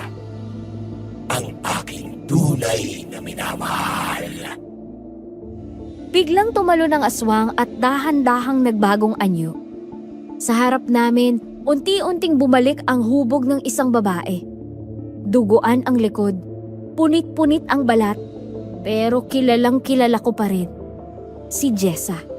At ang tingin niya sa akin, punong-puno ng puot na hindi ko akalaing kaya niyang ilabas.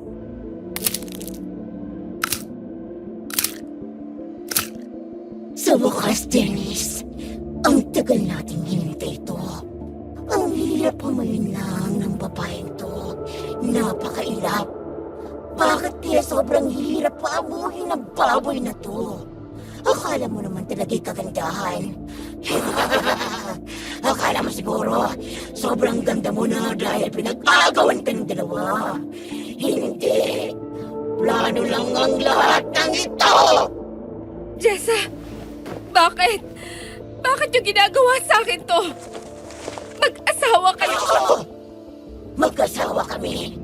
At sawang-sawa na akong makita ang asawa ko na nagkukunwaring manunugis para lang mapaamo ka. Kung hindi ka lang sana sobrang mailap, matagal na kaming busog. Sinabi ko naman sa'yo, Jessa, kailangan ng diskarte. Pero itong si Trevor, laging nakikisaw-saw. Pesting Trevor yan. Dahil sa kanya, muntik pa akong mamatay sa gubat. Tingnan mo ang likod ko, Dennis. Siyang may kagagawa nito. Hindi niyo siya makukuha. Lalabas kayo rito. O ako maglilibing sa inyong dalawa ngayon din. Tingnan natin kung sinong malilibing, Trevor. Masyado kang epal. Gutom na mga kasama namin sa labas. At si Yela, siyang pangunahing putahe ngayong gabi. Tapusin na natin to, Jessa. Sawang-sawa na ako sa pagpapanggap na tao. Mabilis na lumundag si Dennis patungo kay Trevor, habang si Jessa naman ay dahan-dahang lumalapit sa akin. Ang mga kuko niya ay muling humahaba. Napasandal ako sa dingding. Hawak ang sugatang dibdib.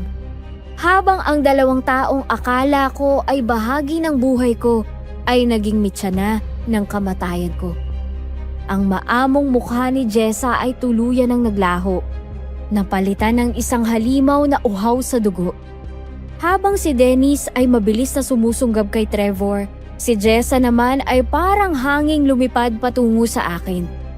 Pero bago pa man niya mabaon ang kanyang mga kuko sa liig ko, isang matigas na bagay ang humampas sa kanyang ulo.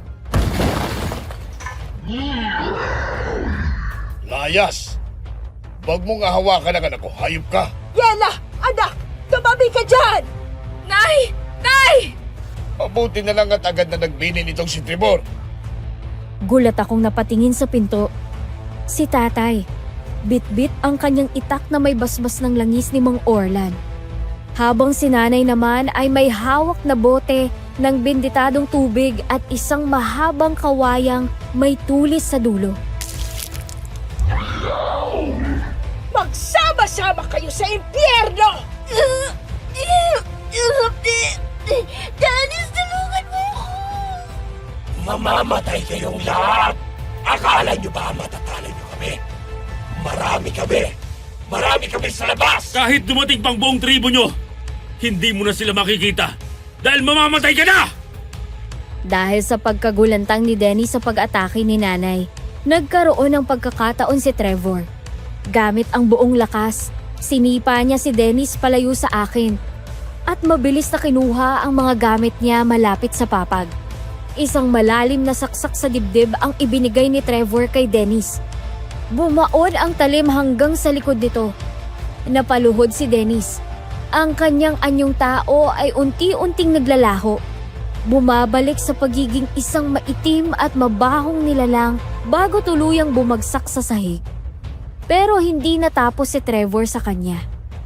Pinaghahampas pa siya ng buntot pagi hanggang sa mawalan ito ng buhay. Pero si Jessa, kahit sugatan ang likod at nasunog ang balat sa benditadong tubig, ay nagawa pang sumunggab kay Tatay Narding.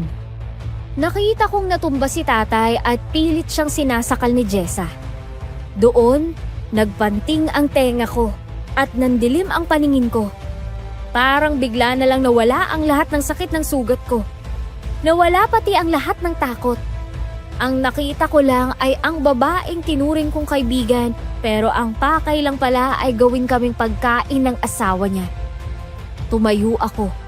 Hindi alintana ang pagbuka ng mga sugat sa dibdib ko. Gamit ang buong bigat ng katawan ko, dinaluhong ko si Jessa. Sa sobrang lakas ng puwersa ko, tumalsik siya palayo kay tatay at bumagsak sa sahig. Hindi ko siya binigyan ng pagkakataong makatayo. Dinaganan ko siya ng buong lakas. Nakadapa siya habang ako ay nakaupo sa kanyang likuran. Pero mabilis ko siyang pinihit paharap.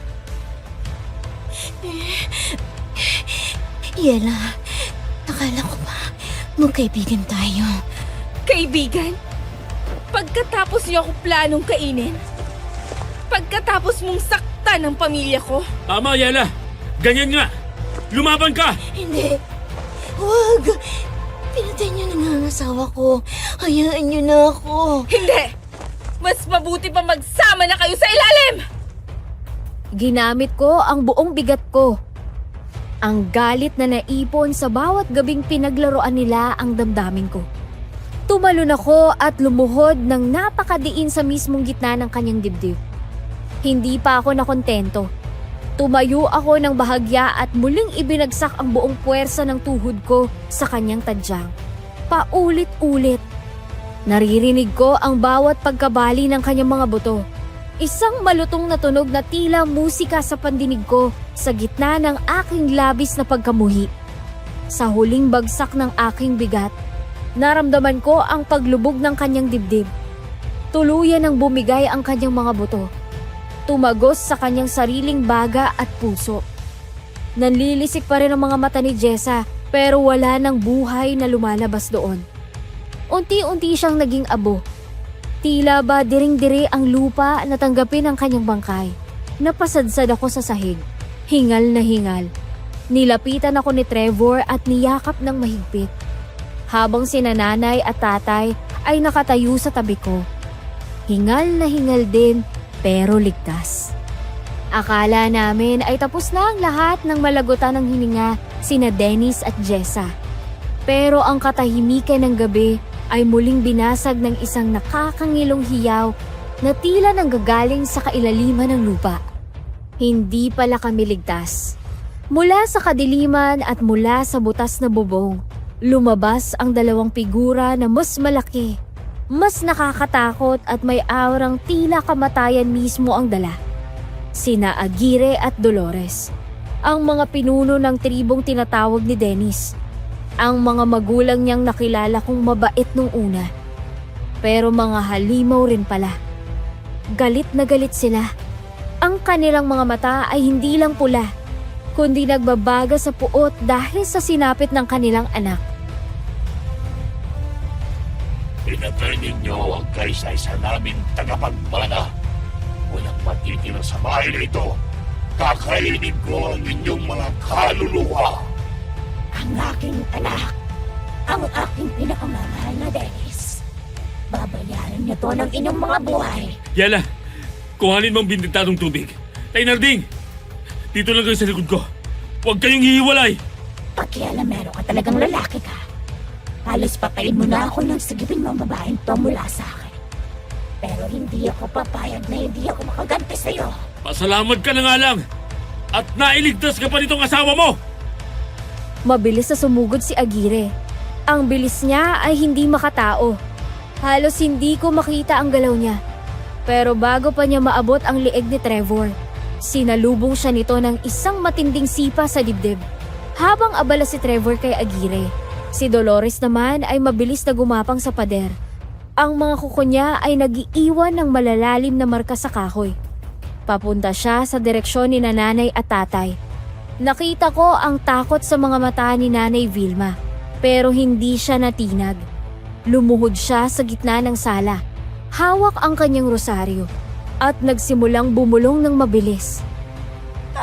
Ginoong Maria, napupuno ka ng grasya.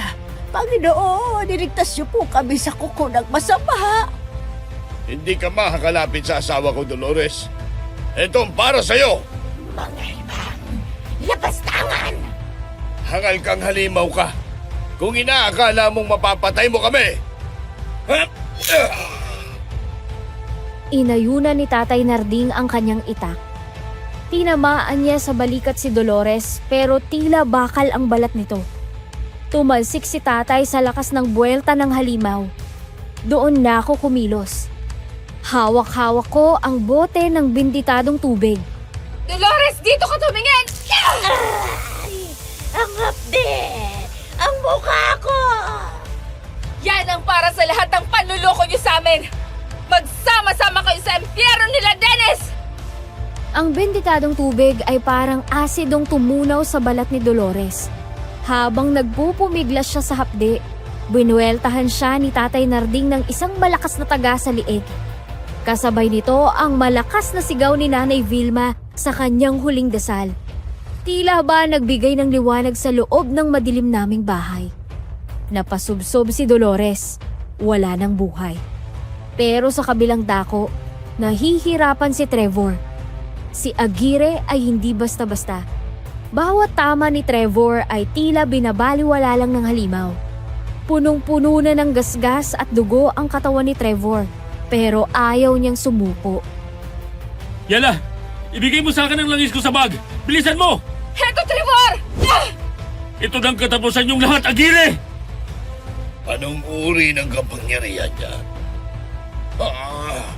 Hindi.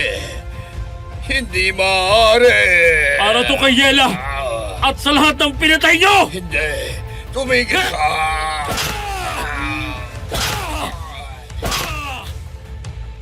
Pinagkakagat ni Aguirre ang balikat ni Trevor, pero hindi bumitaw ang aking manunugis. Itinarak ni Trevor ang matalim na itak sa mismong bibig ni Aguirre hanggang sa lumabas ito sa likod ng ulo ng halimaw. Sumabog ang kanyang ulo hanggang sa tanging abo na lang ang natira kay Aguirre. Napaluhod si Trevor. Pagod na pagod. Tumakbo ako palapit sa kanya at sinalubong siya ng yakap. Hindi alintana ang dugo at dumi sa aming mga katawan. Trevor! Trevor, ayos ka lang. Salamat sa Diyos. Sabi ko sa'yo, hindi kita pababayaan. Ligtas na tayo. Tapos na ang sumpa ng mga aswang sa bayang ito. Salamat sa Panginoon. Salamat sa inyong dalawa. Lalong-lalo na sa iyo, Trevor. Kalahating buwan ang lumipas mula nung gabing yon. Naging malubha rin ang lagay ni Trevor dahil sa kagat ni Aguirre. Pero nagawa siyang gamutin ni Mang Orlan.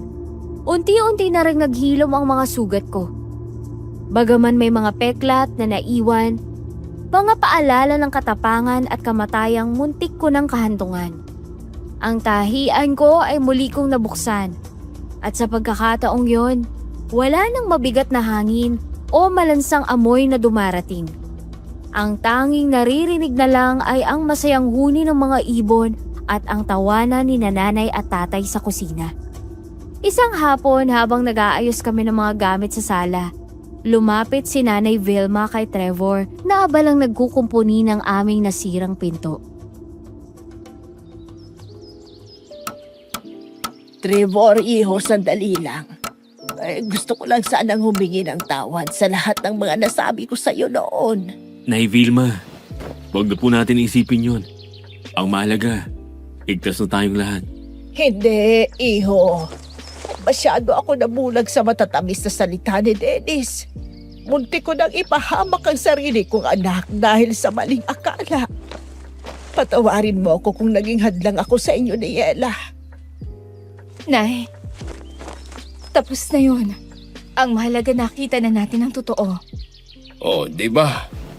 Nasabi ko naman sa inyo, itong si Trevor ang nagmamahal ng tunay sa anak ko. Trevor, iho, napatunayan mo na talagang karapat dapat ka para sa anak ko. Kampante na akong hindi mo talaga siya pababayaan. Salamat po, Tay Narding. Hindi ko po sasayangin ang tiwalang ibinigay niyo sa akin. Humiti si tatay at inakay si nanay papuntang kusina para bigyan kami ng oras ni Trevor. Naiwan kaming dalawa sa tapat ng pinto.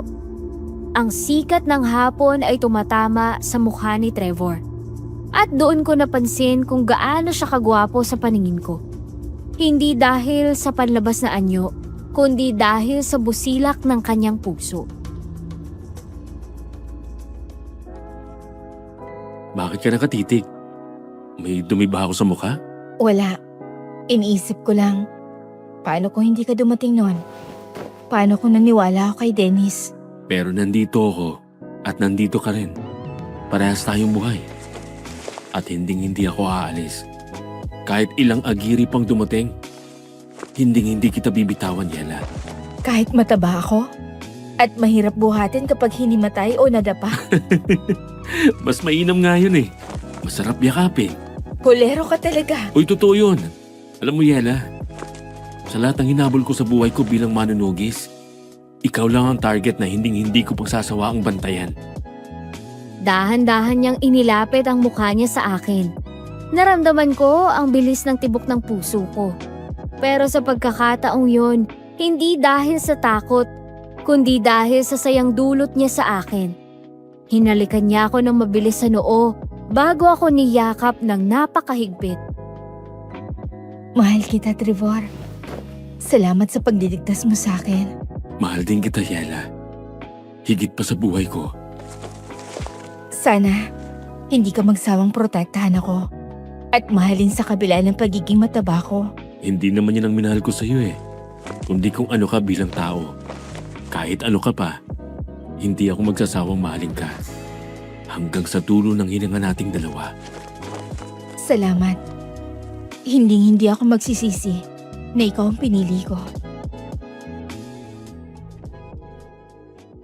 Sa ilalim ng dapit hapong yun, alam kong wala na kaming dapat ikatakot. 9 na taon na ang lumipas at parang isang masamang panaginip na lang ang lahat ng nangyari sa amin sa kamay ng mga aswang. Malayo na kami sa madidilim na gubat ng aming probinsya. Dito sa Maynila, nagsimula kami ni Trevor ng bagong buhay na malaya sa takot at sumpa. Ngayon, biniyayaan kami ng 2 anak. Isang lalaki na kasing tapang ng kanyang ama at isang maliit na babaeng singsigla ko. Sa tuwing tinitingnan ko sila habang payapang natutulog, doon ko nararamdaman ang tunay na tagumpay. Ang aral na hindi ko malilimutan sa pait ng aking karanasan ay ito. Hindi lahat ng nagpapakita ng kabutihan ay may malinis na intensyon. Natutunan kong magtiwala sa sariling pakiramdam at huwag magpadala sa mabulaklak na salita. Higit sa lahat, ang tunay na pag-ibig ay hindi nananakot o nananakit. Ito ay nagliligtas, naghihintay at handang lumaban hanggang sa dulo. Ako po si Yela at dito nagtatapos ang aking kwento. Maraming salamat. Aswang Radio. Aswang Radio. Aswang Radio.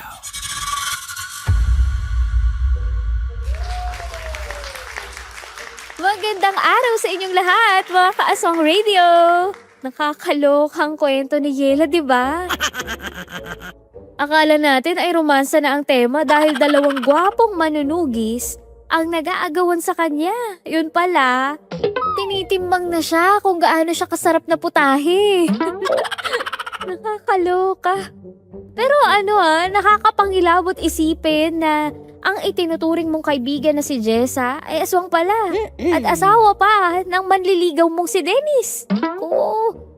Ay nako, sa mga karakter, saludo ako kay Trevor. Tunay na manunugis na may busilak na puso dahil hindi niya tiningnan ang panlabas na anyo ni Yela, kundi ang pagkatao nito. Kay Dennis naman at Jessa, naku, magsama kayo sa impyerno. Ginamit niyo pa ang pag-ibig para lang makapanlinlang?